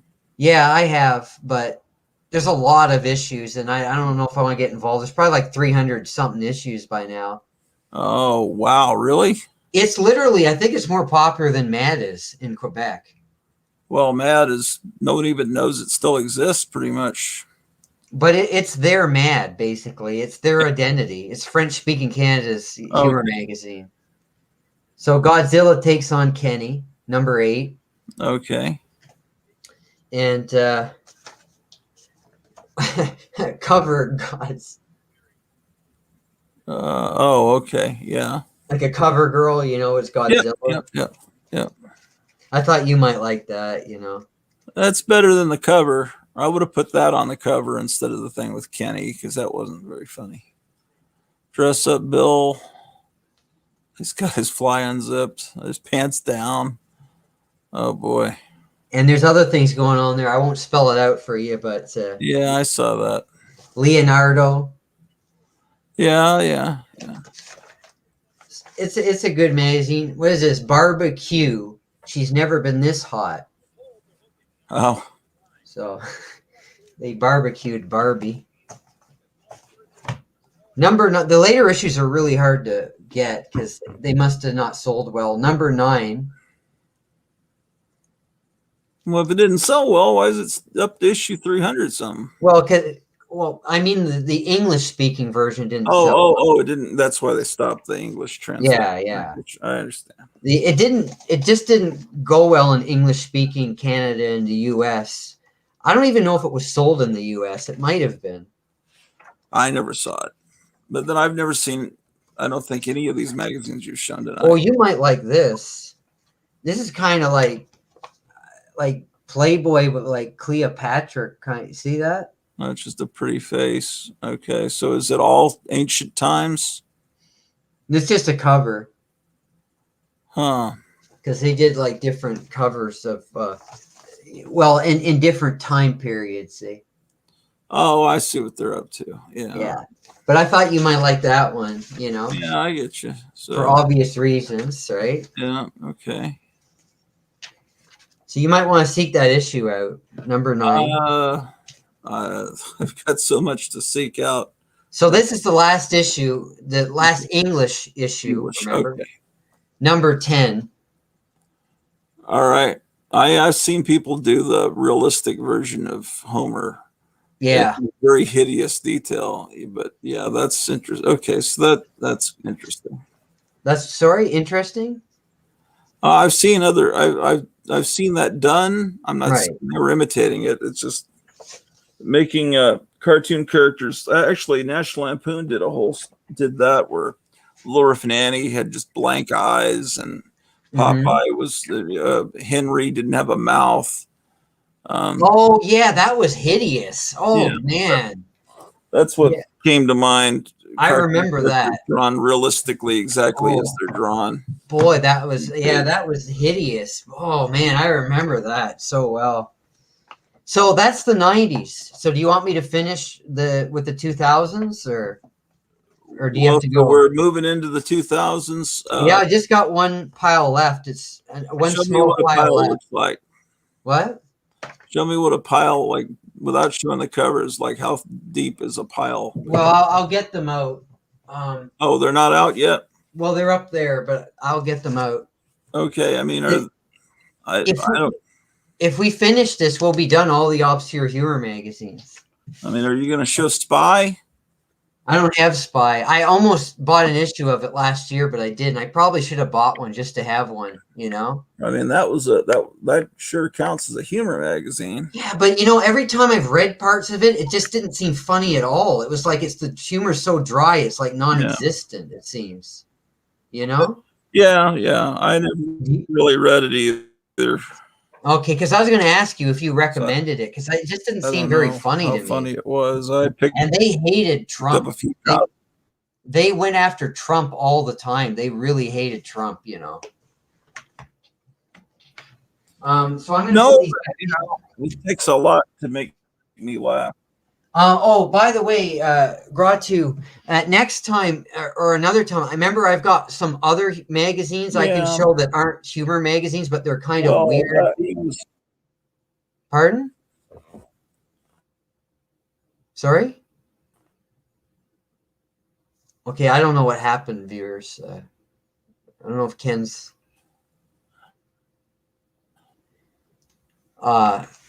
everybody, I'll be back. Okay.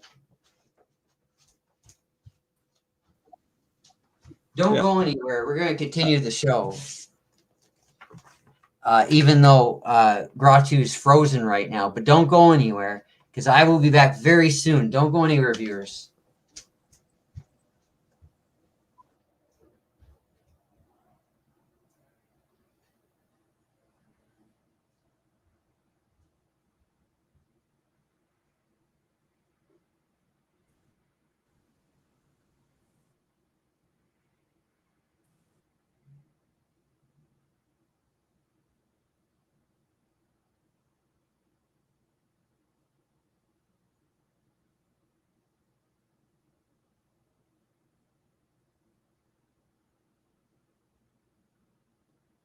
Sure. On here. Okay, it's back to normal. So, yeah, I don't know what was going on there. What time is it? Shit, 11:30. Okay, we'll just look at it. Let's see. We're gonna see a few more magazines, I guess. But then I gotta get some sleep. Oh, you have to go? No, I was saying we're gonna see a few more magazines, and I'll probably get some sleep because it's almost midnight here. Downstairs, I forgot to tell you. So I've got my Mad magazines downstairs, so I can show them sometime as well. Okay. And I also have my complete collection of Bananas magazine downstairs.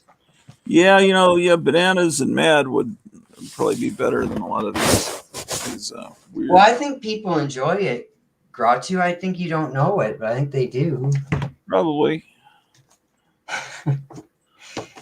And we've got Crazy, and we've got more Cracked, and we got all my comics that I haven't shown, you know? Yeah. And if you'll let me, I'll show you. Yeah, that's cool.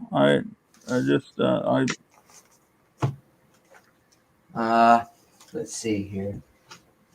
Well, I got Monsters Attack magazine, but I guess we shouldn't do that right now, should we?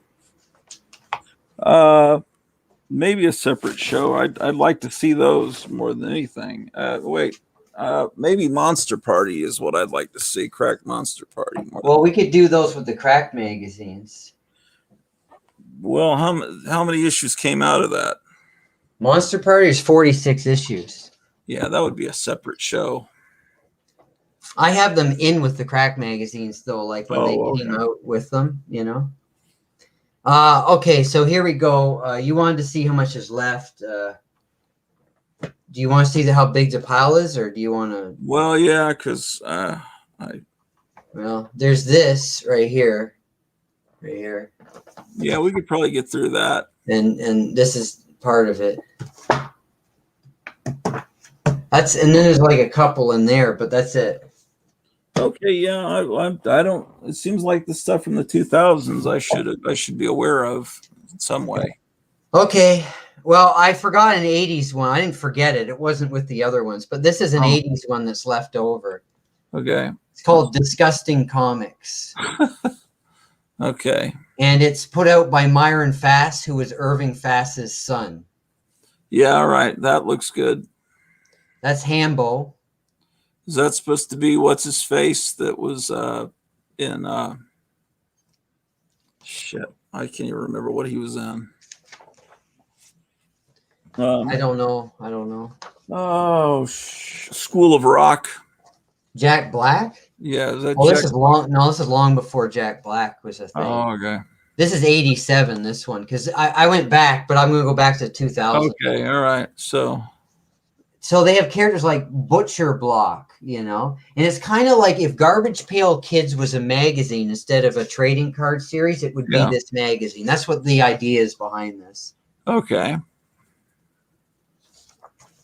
Wasn't it a little bit like early SpongeBob? Yeah, he kind of looks a bit like that, but this is like, you know, it's gross out kind of stuff and Uh-huh. out there. There's Hambo. Okay, yeah. That's the Landgraf guy. Sorry, I think nobody's credited in this. I don't think they wanted their names on it. This is Hulk Hogan. This is Gary Fields. I can tell just by looking at it. And what's going on with his nose? Well, it looks like something, I think. Is that supposed to be what they're going for? Maybe. It looks like that. You know? mean, is this geared to children? Like, Great question. Great question. It's pretty gross out for children. I don't know. Like they tear off each other's heads and they shoot each other and everything. And okay. so, yeah, I don't think anybody wanted their names on this. Although some names they signed, like I know that was Gary Fields. It was signed Feldstein or Fieldstein, you know, which is a joke about Al Feldstein, but it's Yeah. Gary Right. Fields. This is Ben Gay. Okay. So he's a gay child, you know, in his adventures. Okay. And they're making fun of gay people, basically. You know, getting the football locker room and everything. So, and then he gets to become a cheerleader at the end. He's really happy. You can see. Wow. Definitely couldn't be done today.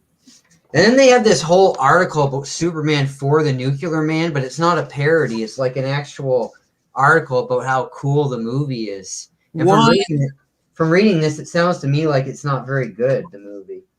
It was one of the worst movies ever made. Yeah, this is a promo piece for the movie. Oh man. They must have gotten paid off. And then they have Cindy Whopper. It's real low budget stuff. Yeah. Butcher Block. And it lasts for 2 issues. The second issue is this one. Yeah, they're trying to do Garbage Pail Kids. You're right. So the stories, you got Ugly Dave. So an article about a guy who's real ugly. And there's that guy there. You know, yeah, it's very Garbage Pail Kids, you know. Well, some people look at this, they just can't believe it. Fatso Fanny. You see some reviews of this online, they'll be like, what is this? How, you know, Blind Matt. You know, it's pretty bad taste stuff. Then just a bunch of pictures of that guy, you know. oh, okay. So cheaply put together, a vampire. And you probably know this, but I don't know. Maybe you like this. I don't know. Rotting Robert. I don't know. You like that? It doesn't look very good. About a zombie kid, you know. But this is from a movie, right? Like This. That's Reanimator on the right. yeah, I thought you'd know what it is. That's actually a really good movie. I've never seen it. Yeah, it's got a lot of humor to it. So I've heard that Myron Fass became very paranoid as he got older, and he stalked He like ran a gun shop or something. He had all these guns everywhere, and he was afraid to go anywhere. Okay. And his son did that magazine, and his son, I think, killed himself a few years after Okay. this. Oh, really? I think so. So there's some bad stuff that happens, Yeah. after. Okay, so now let's go back to the 2000s. So now we're going to do the 2000s. Okay, you ready? Yeah. So there's a comic that came out called Thwack, Okay. and they were wanting this to be like a plot type of comic, I believe. It was put together as a labor of love of people that loved humor magazines and humor comics. Martin Jalad, I don't know if you ever heard of him, but he put this together. And it's got like some alternative local artists in it. Okay. That art's not too bad. Yeah, that's good. It's and it's owned. It's a creator owned, so they get to keep their own artwork and everything. Oh, okay. So there's only one issue of the comic. Now, they want to call it Thwack, and Joe Orlando, I believe it was, told them at a convention. He said he was talking about Plop, right? He's got it created Plop, I think, right? Right. He told them, he said, Thwack is a terrible name for a magazine, and so they called it that anyway. Okay. Well, that's why it doesn't exist anymore. But these guys are real nice guys. Martin Jalad and Scott Gossar. Scott Gossar ran the Mad Store, which is open for about 20 years online. Did you ever see that store? He sold humor magazines online through his store. Maybe I did. I don't remember. And he was the last editor. Martin Jalad and Scott Gossar, after they did Thwack, they became the last editors of Cracked magazine. And they did a really good job with the last issues of Cracked. So these guys did Cracked at the end. The guys that you're seeing do this. So this is Thwack #1. They relaunched it as a national humor magazine. That looks terrible. I love this cover. It's really good. So what is going on? Why is she drawn so out of proportion? that's Anna Nicole Smith. Okay, I got you, but it doesn't look anything like her, except it's like what? It's like someone had never seen a girl drew that. You have to remember these were struggling artists that were trying to have an outlet for their work, right? Okay. And they got this humor magazine. So all my internal organs are gone. Black Market Guts Incorporated. Thwack. Stupid comics for stupid people. And it looks like a mad sort of All right. thing. And then they talk about Plop here. You see about how they talk to with Carmen Infantino. There you go. All Like right. maybe he's the one that told them that the title was bad. But the guys who did this magazine, they loved humor magazines. Right. They wanted to make their own humor magazine. Right.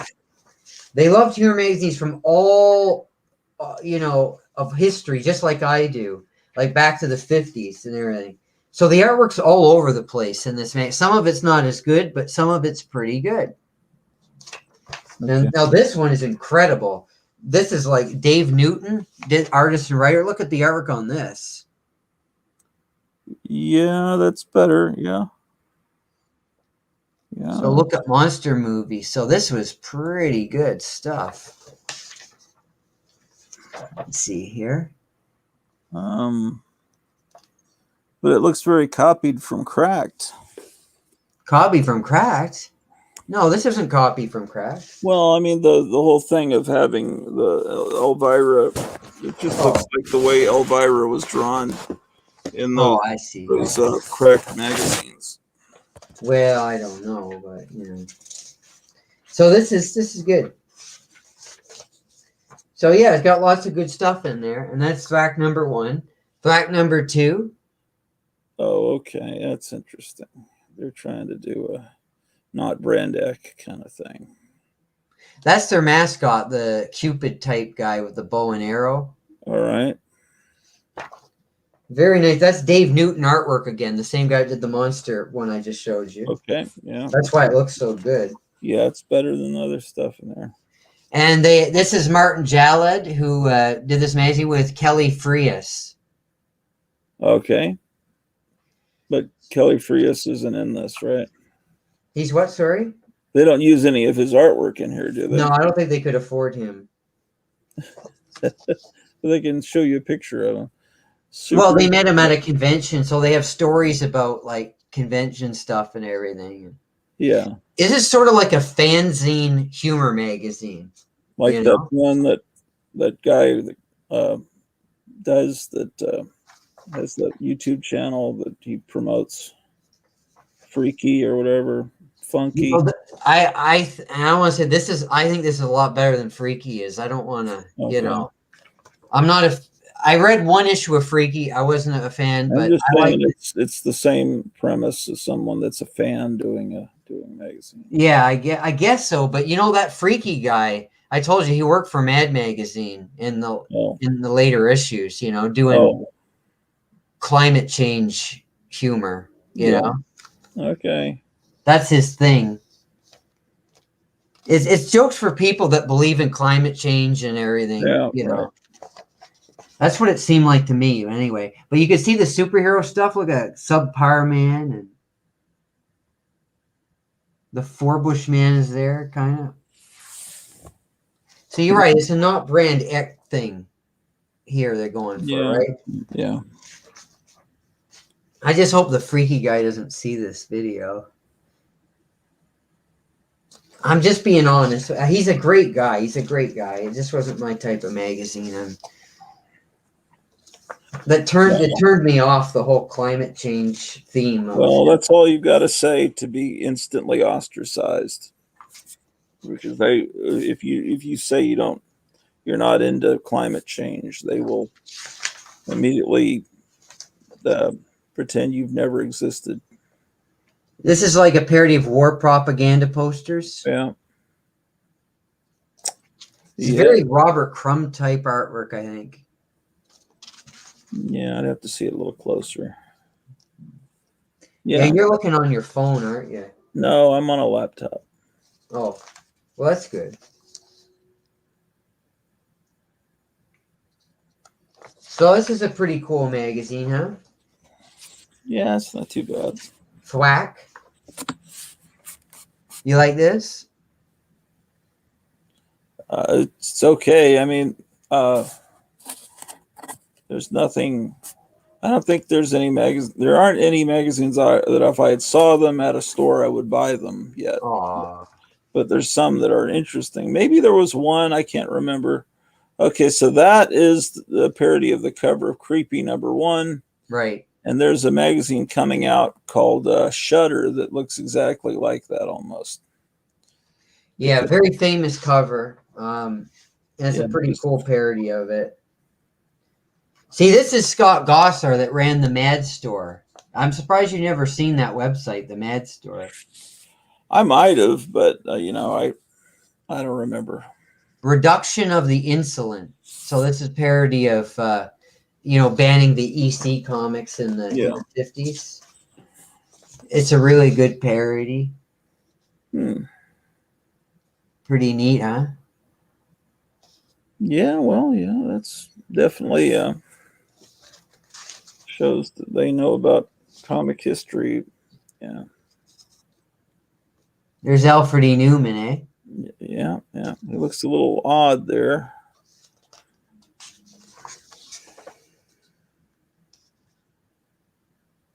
Yeah. You like this. See? Why? Because it's monsters and it's cartoons about monsters. Why? Isn't I that like monsters and I like cartoons, but that doesn't mean I'm gonna. Look at this Monster Mash. See? Yeah, artwork's not my cup of tea. Yeah, this is pretty cool. So I'm real hard to please, with this. Yeah, I know. I could tell that. Very. But there, when you were showing the early Sick and you were showing all those 50s magazines, I was liking almost all of it. So it's just, It's just certain eras and certain types of art and humor I find funny and interesting. I didn't like the 2000s. I didn't like the 90s. I didn't like most of the 80s. So I'm not going to find a magazine from that era that appealing then or now. I don't know what that is.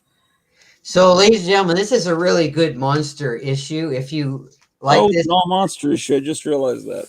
I'd say you should buy that, ladies and gentlemen. This is the 4th issue. It's got a whole listing like of every humor magazine that they knew existed at the time. So this is really cool. It's got all the people. Can you recognize all these mascots? Oh well. See, if you've been paying attention in these videos, you should know who all these mascots are, but I bet you don't, though. You're talking to the audience? Well, to everybody, yeah. I think they're paying attention, but I haven't do you seen want... the guy from Trash there. Yeah, good. Norman Nebish from Trash. You got him. Okay. Who else can you get? I mean, You it's done? like Gary Fink and the Nebish, and you got Alfred Newman, Sylvester P. Smith, the Trump guy, Yeah, down there. Ernie Yeah. Kovacs guy. You know, I don't know who the fat guy is. Yeah, he's from Frenzy, the Ernie Kovacs guy. Okay. The fat guy's from Wacko. Remember the Fat Freddy guy? Oh yeah, yeah. And the guy up there is from Thimp magazine. That's Otis Drakenstein from Thimp. Okay. And that guy's from Mean. They even have the Mean magazine guy. You know, the Draculina one? Yeah. And they have the guy from Wild magazine back there. I forget his name. Yeah. And the guy from Blast holding his head in his hands. And that's Irving Forbush from the original Snafu magazine from the 50s. Yeah. So these are guys that know their humor magazines. This is pretty impressive. So half of this magazine, or half of it, is Thwack. So here's the humor magazine listing, by the way, where they list all the magazines. See? Yeah. Very cool, huh? Yeah. Half of the magazine is Thwack. And as I said, some of these people worked for Crack Magazine near the end of Crack Magazine, because that's what they went on to do after Thwack folded. I like that artwork. I think he did a Nanny Dickering parody or something in one of the last issues of Cracked. Mm-hmm. So the other half of the magazine is a Journal of Madness. Have you ever heard of the Journal of Madness? Yeah. Yeah, it's a fanzine about Mad Magazine. So the other half is just an issue of that, teaming up with Thwack. So it's a double magazine. What year are we in now in this? I think that was 2002. Okay. 2003. Okay, now this cover is great. This is great. Okay. It's number 5. This is the last issue of Thwack. It's a James Bond. You see it's all the James Bonds, see? Yeah. I like the Kelly Frias cover from Crazy. Like Crazy number 3 or something. Maybe it was number 2. He's got Bruce Bollinger working for them at this time. He worked for humor magazines earlier than this. Yeah. Oh, by the way, that last cover was by Kent Gamble, the humor magazine mascot cover, who worked for Crazy magazine in the 70s. Okay. This is their James Bond parody, Live and Let Spy, Dave Newton. Okay, so they're doing a kind of an older movie there. Beautiful artwork there. So yeah, this is a great magazine. It's very good, and everybody should buy it. Okay. And I had it signed by Martin Jalad, Oh wow. the editor publisher. He signed it in 2006. It said, "To Tom, long live humor magazines, Martin Jalad." Yeah, what's he doing now? I don't know. He used to have a blog, but he isn't writing it anymore. Scott Gosler's on Facebook though. Yeah, you can look him up. He's a great guy. So you know what they did? They put together a large 128-page collection of thwack. Oh no. And that's some of the creators on the cover. Okay. So I don't know. This thing is, I don't know how they got the money to put this thing together. It's very, I don't know. Maybe it's it's incredible. self-published things. Like Scott Gosler sent me this, I think, for free. yeah, someone, maybe one of them has some money. This is a $15 book. Okay. Beautiful. So it's the best of Thwack magazine. Plus, it features articles that were never printed in Crack magazine after it was defunct. Because the same guys I said did Cracked at the end, but the magazine was canceled. But they had articles in the can, so they published what was left over in this magazine. That was going to be in the last issue of Crack. So it's pretty cool stuff. Now, I've shown you this before. Did I show this in the stream or just to you? I don't know. That I've heard about, this parody of monster magazines in the 60s. Yeah. Well, I know I've shown you already. Yeah, I think you might have just shown me. But so I won't go through. I won't show it, I guess, on the stream. No, show it. This is something I'm more interested in than pretty much anything. Okay. So, but yeah, it's a parody of... Well, why don't you narrate it and I'll just show the pages? Do you want to do that?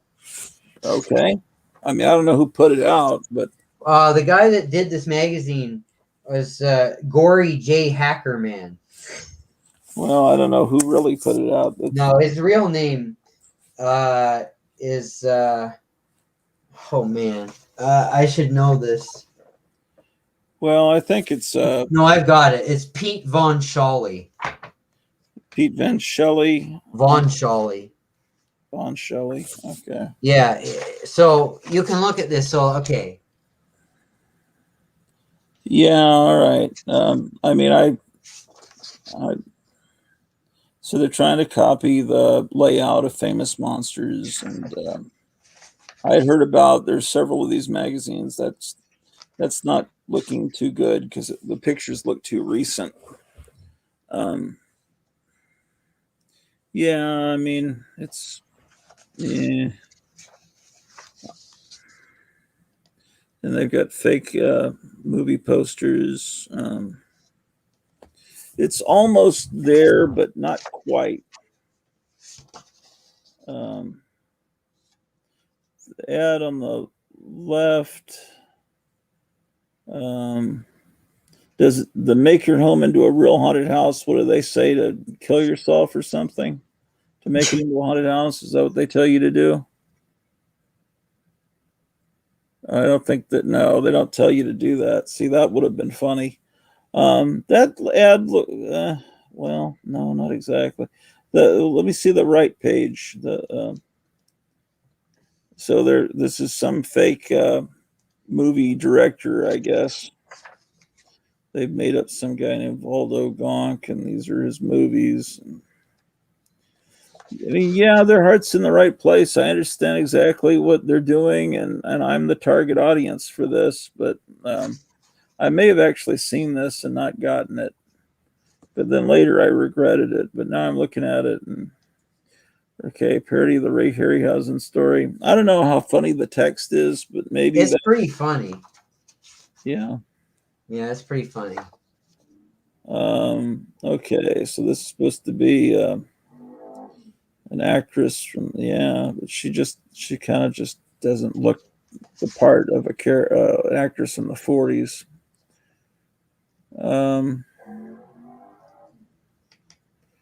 Yeah, their heart's in the right place, and I'll say I'll give them a good grade as an effort, but it's not something I'd probably spend. I'm sure this was like $10 to buy it. Yeah, they're trying to do the old ads. Yeah, it was good. It was $6. Okay, but back then $6 was like $10 or $11 to us now.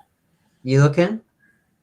And that looks okay, I guess. It You sort of keep looks, narrating. I'm letting you do the narration here. yeah. It's and they've got pretend back issues. I love this. I love like magazine parodies within a magazine. That's my favorite Yeah, thing. that's probably interesting if I was to really look at those two pages. Yeah. Yeah, I mean, they know what they're doing and they're capturing the look. Yeah. The joke here is that Lon Chaney was always, putting these horrific masks and everything and makeup, that he suffered for to play the Yeah. characters in his movies. So in this one, they made him they did this to him, Uh-huh. That's what that's about.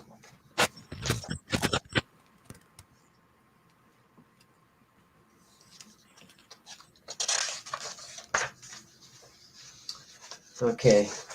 I think the rest is real ads. Well, this isn't, but this is a fake ad for paperback books. Yeah. I think. Yeah, Warren would do that too. It's real funny. Yeah, I know. I've seen it. It's very funny. But oh yeah, I'm parody of Aurora models, yeah. Yeah, it's Yeah, I mean it's definitely aimed at me. I am their exact target audience, but somehow I've never bought it, and it's been out 20 years. there's only 2 issues of this. Do you want to see the other one? Well, I was the target audience, and they would have sold 1 copy, but I didn't buy it, so therefore they sold 0 copies. So that's probably why it's. Let's see. I bought it. When it was new, No, so that's why it's out of business. 2004.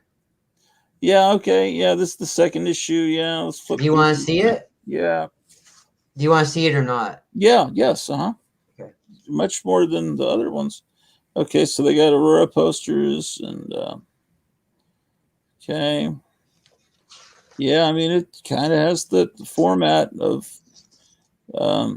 Famous Monsters more so than the magazine. I think Famous Monsters, someone brought it back and it's like a $15-16 magazine. I see it at Barnes and Noble.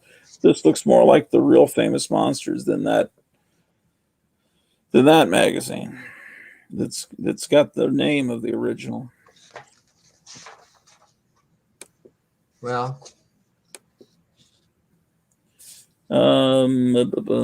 Okay, keep going. That's good.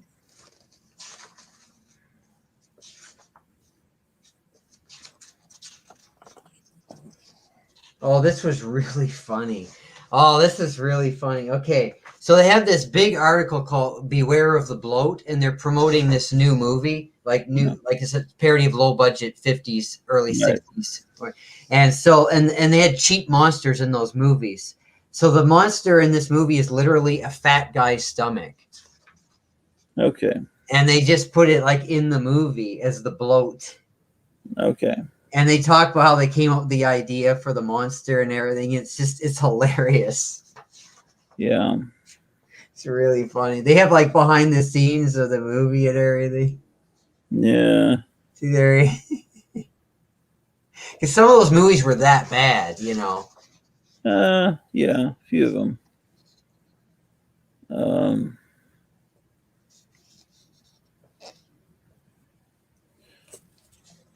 Okay, yeah, it kind of has the look, but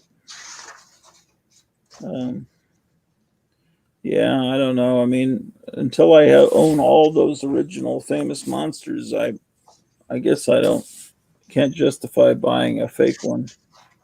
I disagree.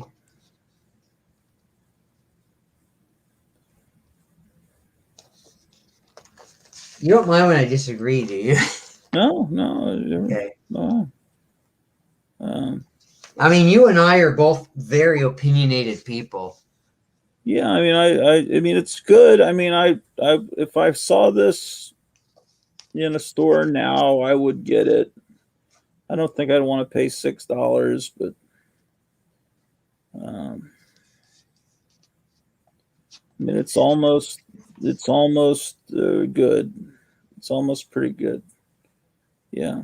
I mean, I know exactly what they're doing. I know everything they're making fun of, every ad that they're making fun of, every book they're, Do you have this book yeah, that yeah. they're making fun of there? Yeah. It's Dick Smith's makeup guide.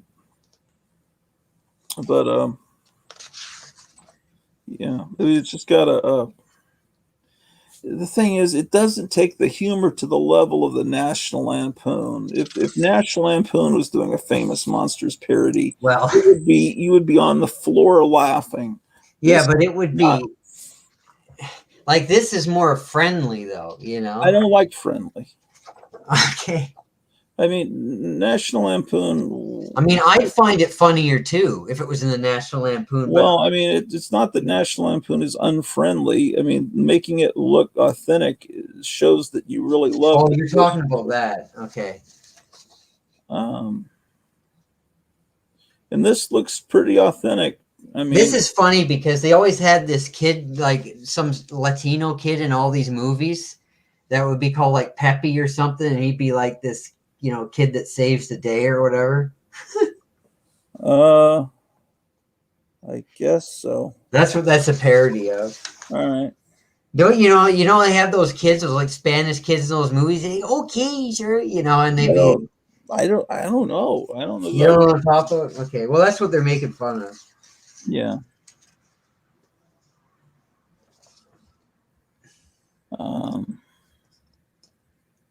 All right. There's records. Okay. What's on the left? Alter Ego. What's that? Was that an ad for Alter Ego magazine? Yeah. Well, it's the same people that published this. Yeah, that's what I thought. This was put out by that company that puts out Alter Ego. That's Now Roy that Thomas' company. that was more Gratu's thing, but this is what I really like. The same guy put this out that put those out, the monster thing, Yeah. and it's a parody of comics fanzines of the Yeah. time. Well, I can tell immediately that that's funnier. Yeah, this thing is literally one of the funniest magazines I've ever read in my life. And it's only one issue. And if anybody likes comics and they are familiar with comics fanzines, this thing is dead on hilarious. And so much work went into this, like every inch of this thing. So first they make fun of Wizard magazine. Yeah. And they make fun of the types of magazines they are, like the types of comics they cover and everything. But see, the thing is, it's funnier when you're making fun of something that is annoying, like these things. Yeah. To a certain degree, Famous Monsters. I don't know that I really want to see a parody of Famous Monsters because it's just I don't really get why it's being made fun of. This is more authentic looking as well. I mean, that was pretty good, but this is like dead on almost. So look at this, like Wizard presents the top 10 reasons why comics are so much better today. So they have these hilarious things like, okay, so they said, where's Spidey? They say, look, on this old Spider-Man cover, you can clearly see where Spider-Man is. How boring is that? But on the new Spider-Man cover, they have this mess of a cover that's so ugly and you can't see where he is on the cover. But that makes it more interesting to look at. That's what they're arguing. Yeah. Right? Yeah. So they're making fun of how Wizard Magazine likes all these shitty new comics, right? And then they're saying they're like better than the old comics. So you should buy this, you know, you'd agree with this. Yeah. Yeah. There's a girl comic, Torchy, from back in the 40s, and here's like a modern one. And they say, well, why it's so much better? And again, it's being sarcastic because it's not actually better. Yeah. Right? Yeah. So it's really funny. It really takes the Mickey out of, you know, these magazines. Yeah. Gonad, the squeezing of the franchise.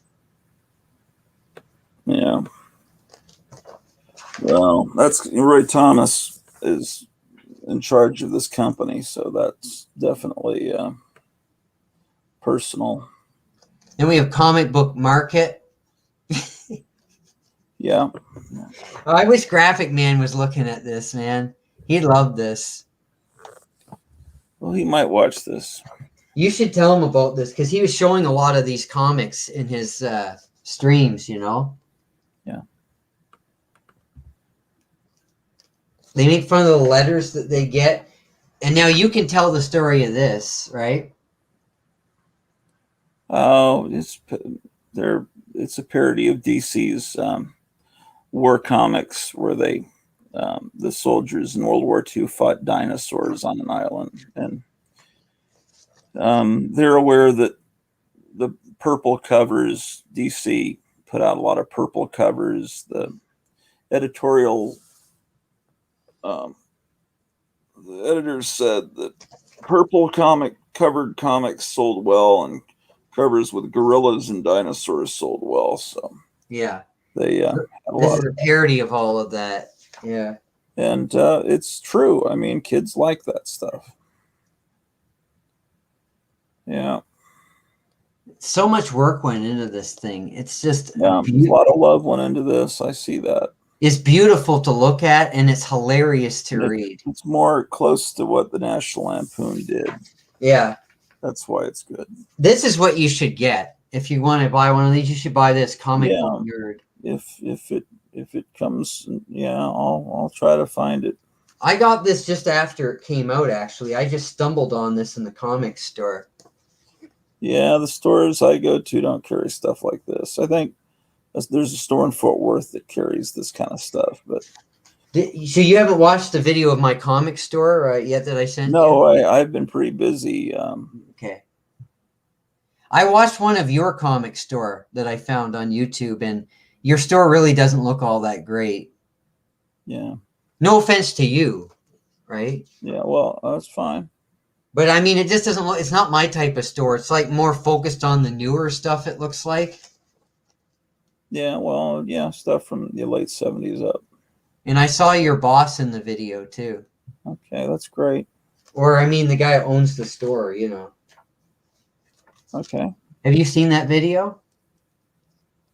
Have I seen the video that I put up? You didn't put it up. It's someone else put it up. It's of your store. Oh, no, I don't know. No, I didn't. I don't know about it. Yeah. And it has an interview with the guy that owns your store in it. Oh, you know? okay, I don't know. Tales to Mildly Amuse. The Purple Pimple. I just think, like, I've seen stores like that. It's like, to me, like, it's a store that focuses more on superhero stuff and newer stuff, like mainstream. I guess I'm trying to say that mainstream comic stuff, which, you know, I'm not into, you know? Well, that's how most stores are, yeah. That's how most stores are, exactly. I mean, I'm just really lucky to live close to a store that has like a very diverse selection. Like, just for people like me, people who are like 1% of the comic buying public that like the weird stuff, it's got my stuff too, as well as all that superhero stuff, you know? Yeah, yeah. And modern stuff. So bagged issue, there's something. So yeah, I'm not like making fun of your store. I'm just saying that it's not, you know, it's not for alternative tastes, you know? Yeah. And I'm a weirdo, so I like weird comics and magazines and things. So yeah, they make fun of their own magazine, Alter Ego, by calling it Ultra Ego. Okay. Mr. Muncher, that's Mr. Monster, you know? Yeah, yeah. Scroll, that was a fanzine for writers. Yeah, yeah. And they, of course, they also do, or was that artists? No, that was artists. This one's the one for writers. Oh, yeah, yeah. I've seen that. I got them mixed up. And basically, all the writers are real pretentious jerks. They do interviews with them, you know? That's pretty true, I guess. It's pretty funny. Comic book artiste. Yeah. The Punctuator. Is that a parody of a Steve Ditko creation? Yeah, that's a parody of Ditko art. And what are they called? Charlton Comics there? Charlatan? Yeah. It's too bad there was nobody watching this. They'd like this, I think. No, well, it's the hour and yeah, we should have done this in the daytime. well, yeah. See all the Charlton comics they're making fun of?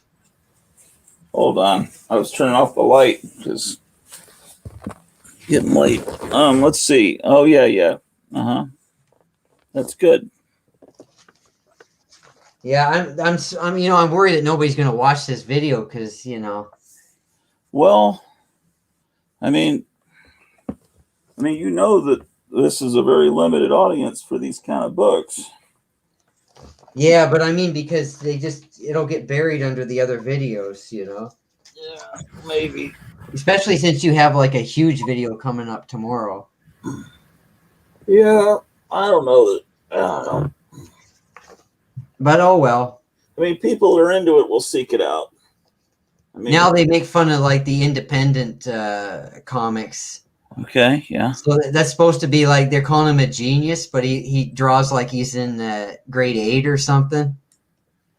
yeah, okay. They're making fun of the comics that you don't like that I like. Is that what they're doing? Something like that.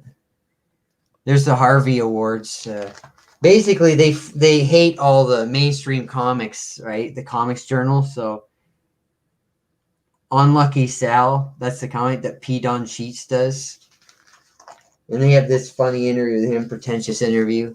Then Purviews, the Implacable Glut. Yeah, what year did this come out in? 2006, I think. That long ago. Mm-hmm.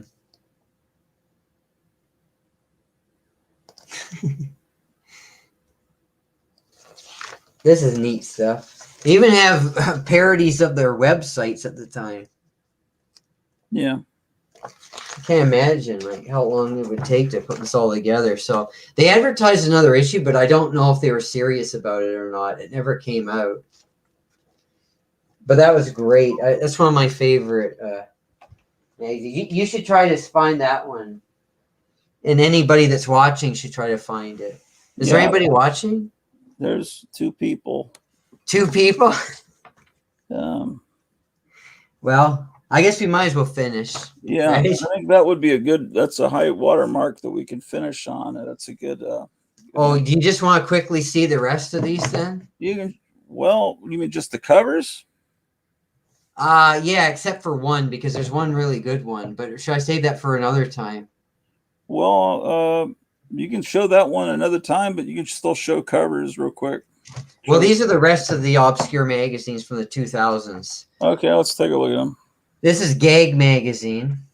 Okay. And it was the whole magazine is written by Barry Dudder, who I said worked for Marvel and he worked for Cracked.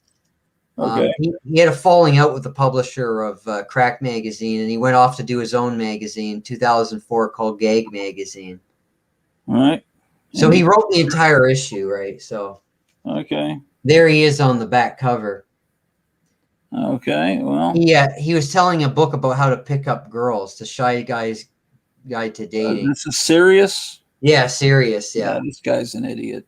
Clearly. And he also went on a bunch of shows like Howard Stern and Weakest Link, trying to promote himself and stuff. And I'm sure he was humiliated. And he likes to talk about that in Gag Magazine. He likes to talk about himself quite a bit, actually. I think Howard Stern would have eaten him up. See, our wild visit to the Howard Stern show. Okay, all right. He brought on a hot girl though for Howard to look at, Okay. But so the first issue didn't do all that well. So a few years later, in 2007, he relaunched it with another first issue. That's how they do it. And he's selling his book again on the back here, you see. Yeah, that's just immediately nauseating. Okay, so Gag failed. The artwork's not bad, but you can see, what he's doing. Yeah, it's shit. It's shit. It's okay. They're fans of him. They're fans of him because I was criticizing him a bit on Facebook and I got blasted for it. So they're all in mental institutions. Now Martin Jalad and Scott Goss are the guys that did Thwack magazine a few years after Cracked folded because they did Crack. They tried another one called Jokester magazine. Okay, yeah. But this is all it's all like panel cartoons. Yeah, so yeah, that's a whole different animal. In one page stuff, like a lot of it. So stuff like that. It's pretty good. It's okay. It's okay. Uh, Then Kit Lively, the cartoonist for National Lampoon, Crack, Mad, all these. He sent me some of his books for free, some of his cartoon books. okay. So that was pretty cool. It's got like bunches of cartoons he's done in here. And I told him he reminded me of Sam Gross, and he really liked that Yeah. because he's his inspiration, Oh yeah. So yeah, it's like out there humor, National Lampoon humor. This is another one he sent me. Uh-huh. And then we come up to Freaky Magazine. This is the one that the flipping through guy's always promoting all the time. Right. Okay. So it's the second issue. He sent me this for free, the guy that does the magazine, which is very nice of him. Okay. I don't know. It's okay. Let's see what it looks like inside. He's a nice guy. I'll say that. I don't dig the climate change stuff, but he Everything is climate change. The whole magazine. well, it seems like a lot of like everything he did in Mad Magazine seemed like it was all like about climate change. Okay. And not all of this is, some of it is, but not all of it's environmentalist humor. But Okay. this is what it looks like inside. I'm just showing you quickly here. Yeah, I get the idea. Yeah. So yeah, this is a magazine that he's always promoting, the flipping through guy. Yeah. Maybe it looks okay, right? It looks okay.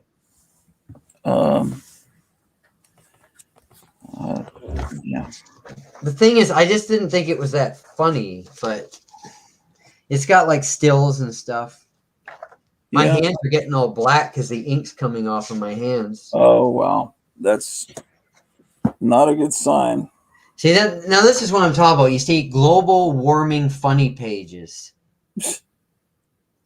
All right. Yeah, I get you. Yeah, that's what's going on. So you're getting the idea.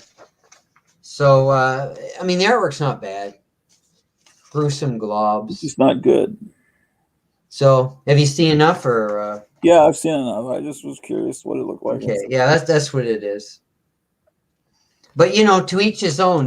Patrick likes the magazine a lot, so Yeah. Well. Yeah.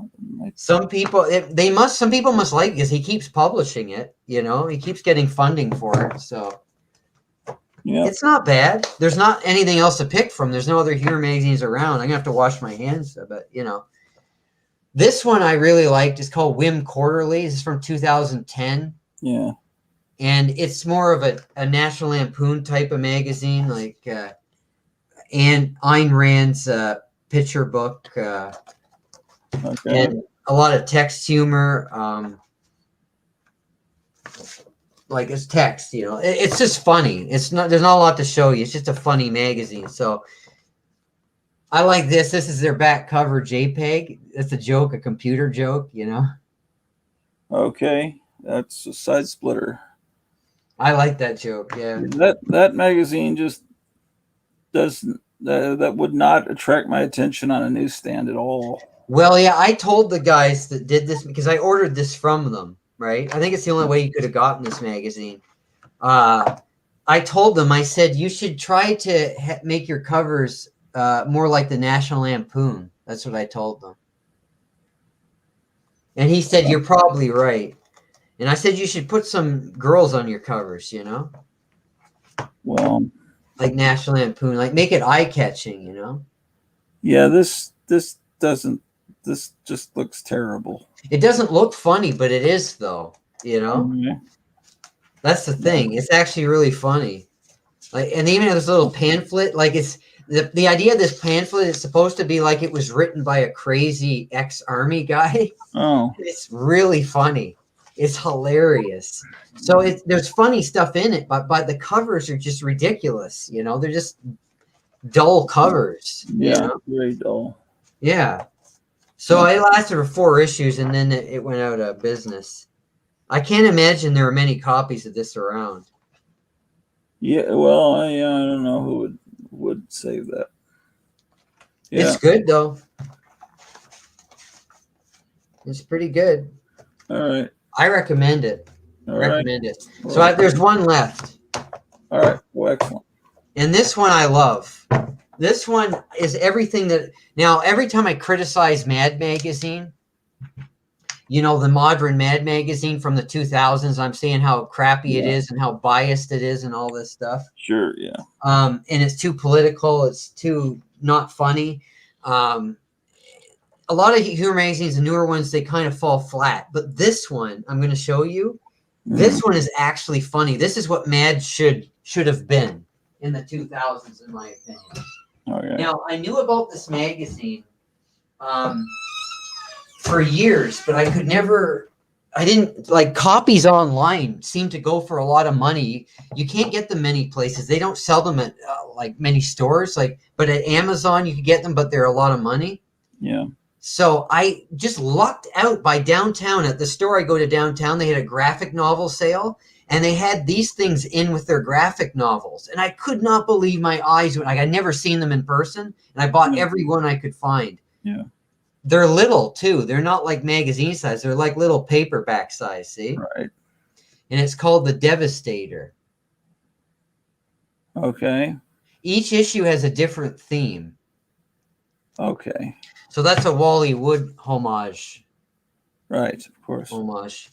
And it is so funny. This book is so funny. Like, we have aliens versus predators on trial. So if aliens are actually like suing the predators, and how the court proceedings would go. Yeah. Really funny. Some artwork. There's a Tron parody in here. Yeah. I recommend this to anybody who likes humor magazines. It's a Weird Science. Yeah. Oh, it's funny. Again, if you like to read funny stuff, this is something really good. I can't tell you everything. It gets kind of National Lampoon at times, where it gets politically incorrect, and it's really, really funny.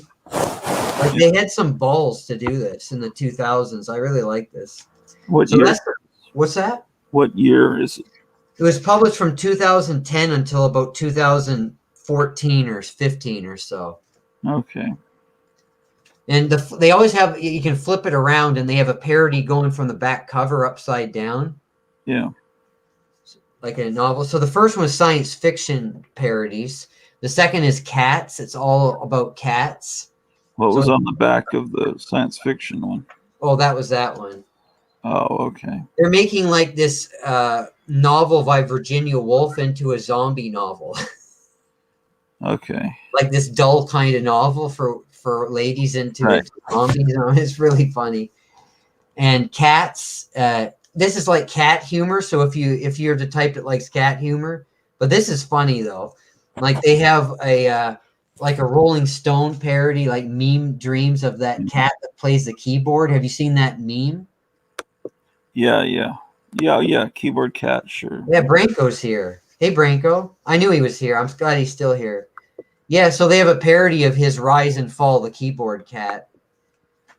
And they have the hilarious thing, like Elf's Cookbook and stuff about, cooking up cats and stuff. Oh, man. Lots of cat stuff, and it's really neat. Now, on the back of this, 400 reasons to get married to your cat. So this is like if a lady who's really into her cats, too into her cats, wrote a book about wanting to marry your cat. Yeah. Number 4 is Arcade. It's a parody of like video games, like older video games. So if you're a fan of older games, you'll get the jokes in this, and it's really funny.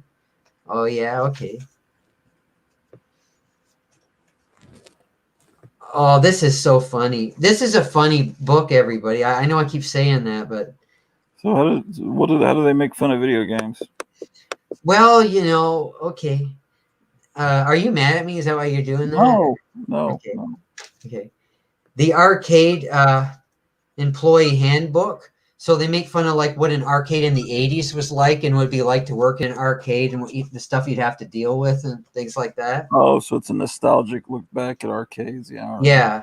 And there's a Street Fighter parody here. All right. I see what they're going with. Chuck E. Cheese. Mr. Do. You remember the game Mr. Do in the 80s? Yeah, I do. joystick and parodies of different video games and stuff. It's really fun. It's really fun. Yeah. Where is this coming from? What country? America. Oh, You've heard of America, right? yeah. Like what part of is it on your book or?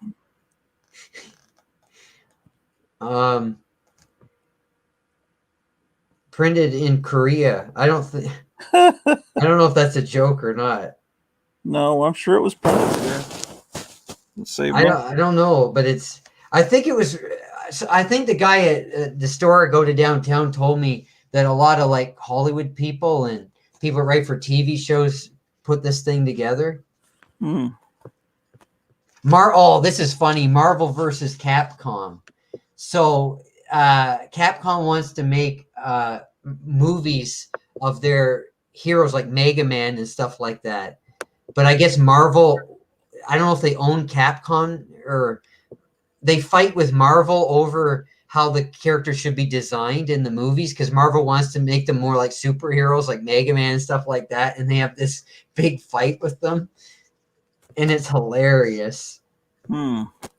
Really funny. Marriage Command instead of Missile Command. You have Marriage Command. And then in the back, it's like a choose your own adventure book, Night at the Arcade with Pirates. Oh, okay. And so, yeah, and it reads like that. Like it turns into a choose your own adventure book. And you get to make choices and everything. And it's really fun. So this issue is, I don't have every issue, but this one is the indie issue. And make it fun of like indie stuff. Independent movies, books. American Slacker, that's like the Harvey Pekar. Yep. You know? Yep. Used in new bookstores. Maybe I'll show these in another stream sometime so Yeah. more people could see it because this is funny, you know. Public radio superheroes. So this is making fun like if National Public Radio put out their own superheroes, this is what they'd be like. Oh God. So they're kind of like leftist superheroes, you know? Yeah. And I guess that's just before Marvel actually started doing that. Right? Oh yeah. RoboCop parody and Yeah. Yeah.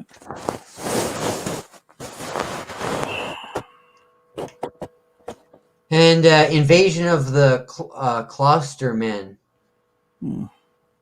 There's a whole thing behind that. I don't understand it, but I think it's like a B movie kind of parody. Spies. This issue is about spies. This is cool because it comes with this secret spy decoder. So parts of the book are in like this. You can't read the messages unless you look at it through this. So it's really cool. I love stuff like that. So this is really cool. yeah, that's You like it? yeah, I guess so. Toys and games. This issue. So they do things like Clue Mates, and it's got a whole fold out like of a game board for like. Oh yeah. Yeah. Like they were putting some neat stuff in here to make this exciting, and I really love it. And they got like cards in it, like real cards, you know. Yeah. Okay. It's funny stuff. Gratu. And then this is like otaku. I don't know what that is. It's like an anime thing. Yeah. They're making fun of anime in this one. I think otaku means Americans that are into that stuff. Yeah, like this guy's getting married to his anime pillow. Yeah, it's that kind of thing. Which I believe somebody actually did that, by the way. I wouldn't be surprised. Yeah, so it's American anime stuff, and The hell is that? the Magic Notebook of Dick over anyone. What? I'm not sure what it's a parody of, but it's a parody of something. That's the same company. Yeah, it's the Oh, back it's of the back cover. Oh, Yeah. okay. And there's a horror issue. Uh-huh. Scary stories to tell your ungrateful family in the dark. That's almost funny. Oh, it's all funny. Because it looks pretty close to those original covers. It's funny. Like there's lots of funny stuff in here. Yeah, I just haven't read it. Yeah, you need to read I'm it. just going by it's kind of look to it. I don't know. They got lots of like they got a Goosebumps section, like making fun of Goosebumps and Yeah. you know, movies and also so it's a great. I just flipped through it. See, Yeah, it's all parodies of things that I was never exposed to just because I didn't grow up with scary I'm stories, sorry. Hell in the Dark or Goosebumps. Thank God I didn't. But, Well, I didn't grow up with it either, but you know, I don't know. I still like parodies of it because I'm aware of it. you sure. know. Yeah. Anyway, that's it. So those are the Oh, obscure humor magazines. Well, so then we've gone through the whole history of it, huh? Of the obscure ones, yeah. And so we just have to go through the main ones: mad, cracked, more cracked, and crazy. And that'll Yep. call Yep. it up to the history of humor magazines. And I'll show you my comics if you want, if you'll let me in your videos too. Yeah, at some point. Yeah, I just not tonight because I gotta. No, not tonight. No, of course not. So I gotta. It's way too late for that now. Yeah. So I'm gonna. Oh, by the way, the Seaver, Tom Seaver Smith, Yeah. is because my favorite sitcom is Growing Pains, and it's about the Seaver family. So I made myself a member of their family. I've never seen Growing Pains. Is that with the little dwarf twins? No, I hate that show. I can't stand that show. Full House. That is so painful. What's Growing Pains about? It's a family sitcom with starred Alan Thicke, a great Canadian actor, Oh, okay. I think I know that. and Kirk Cameron, and it's just really funny. Like the son is sort of a delinquent guy, you know, an underachiever, and the daughter's really smart. So they have that dynamic. And it's just really funny. I think it's the funniest family. I think it's better than Family Ties. You know, I think it's a lot funnier than Family Ties. Okay. I never really watched Family Ties either, but I was aware of it. Tom Seaver was also a famous baseball player. Oh, okay. Yeah. All right, cool. Well, so that's cool. We got to see all through up to pretty much today with those. I hope I didn't torture you too much. I didn't try to. Back hurts. So tomorrow I'll be what is that? The last issue of Cracked?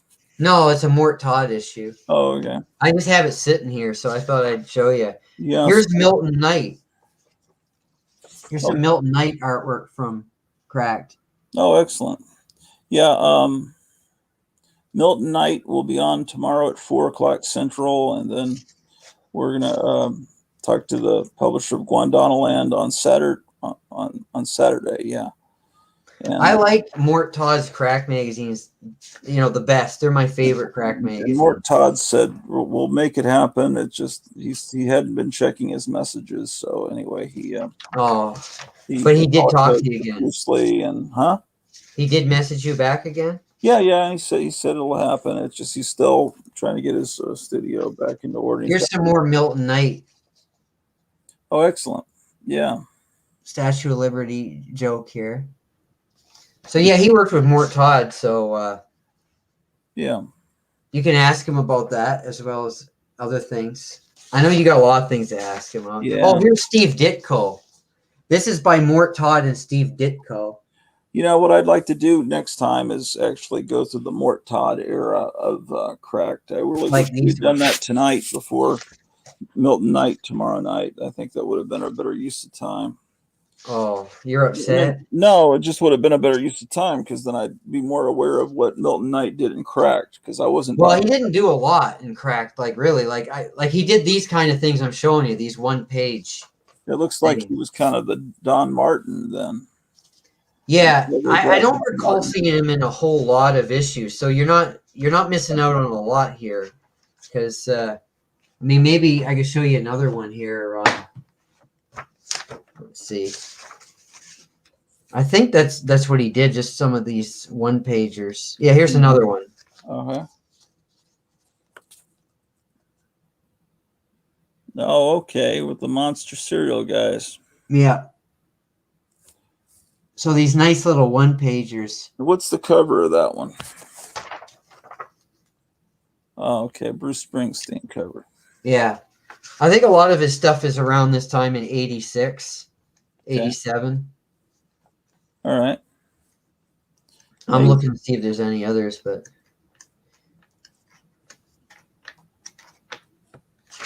yeah. Well, I did, ask what you wanted to do at the beginning, No, that's cool. I just didn't think about showing those cracked from Mort Todd's era.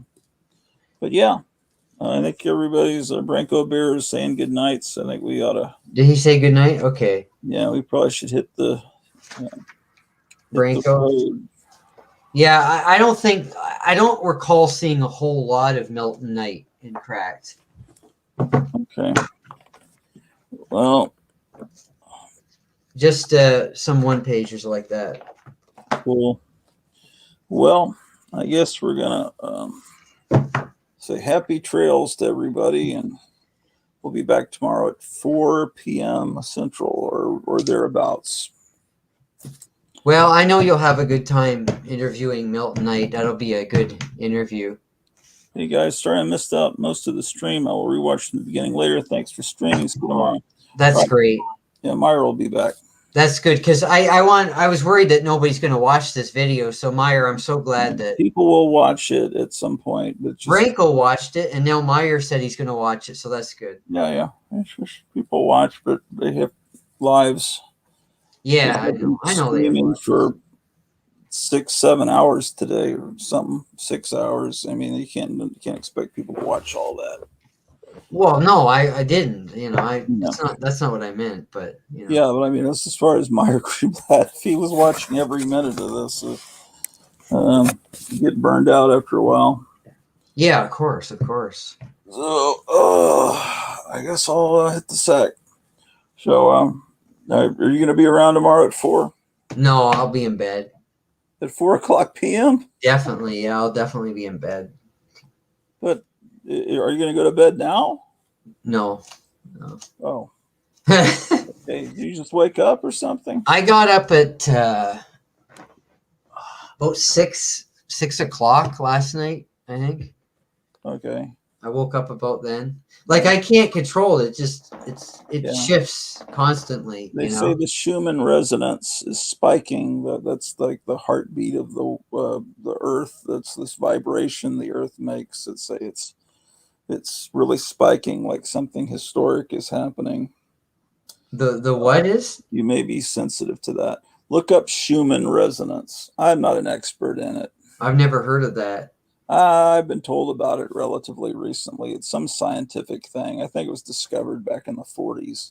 It's just this vibration that they can detect that the Earth makes. It's kind of like, and it sometimes it spikes, but right now it's like spiking like this. It's just like this hum. Weird. I don't know. I'll be lucky if I'm up at all tomorrow. Actually, Okay. Well, I mean, like even if Mort Todd was there, I wouldn't be able to come if you're doing his interview tomorrow. So I'm glad you're not doing him tomorrow because I wouldn't be able to come. well, that's all right. You just watch it on the replay. I'm But, sure it's going to be really interesting, and you're going to be a great interview. I know you're going to do a great job, so don't be nervous or anything. I'm not nervous. But yeah. Well, anyway, cool. So I'm gonna go. And you got Guantanamo Bay coming on Saturday, right? Guadalajara, yeah. Yeah. So That's going to be interesting too. That's going to be weird. Is he American or is he Indian or something? Do you know? he's American. Because I always assume that this publishing business is in India or something. They print in these cheap presses or something, but no. I think it's Amazon. Their presses. You order it and then it's printed there. I think like upon your order. I'll find all that out Saturday. The reason I keep saying that is because there's once I ordered a National Lampoon reprint because they said they'd reprint any issue of the National Lampoon. I was missing one that was hard to get at the time. No. And so I ordered it from this printing company, and it turned out it came from India, and it was on this really cheap paper. It was like they basically just photocopied the magazine and sent it to me. Yeah. So I didn't know if Guantanamo Bay was like that or No, whatever. it's they're better quality than that. It's They're good legitimate. quality. It's legitimate. It's legitimate. Yeah. That's good. That's good. So anyway, I guess I'll say good night, and I'll see you whenever. Have a good sleep. Take care, everybody.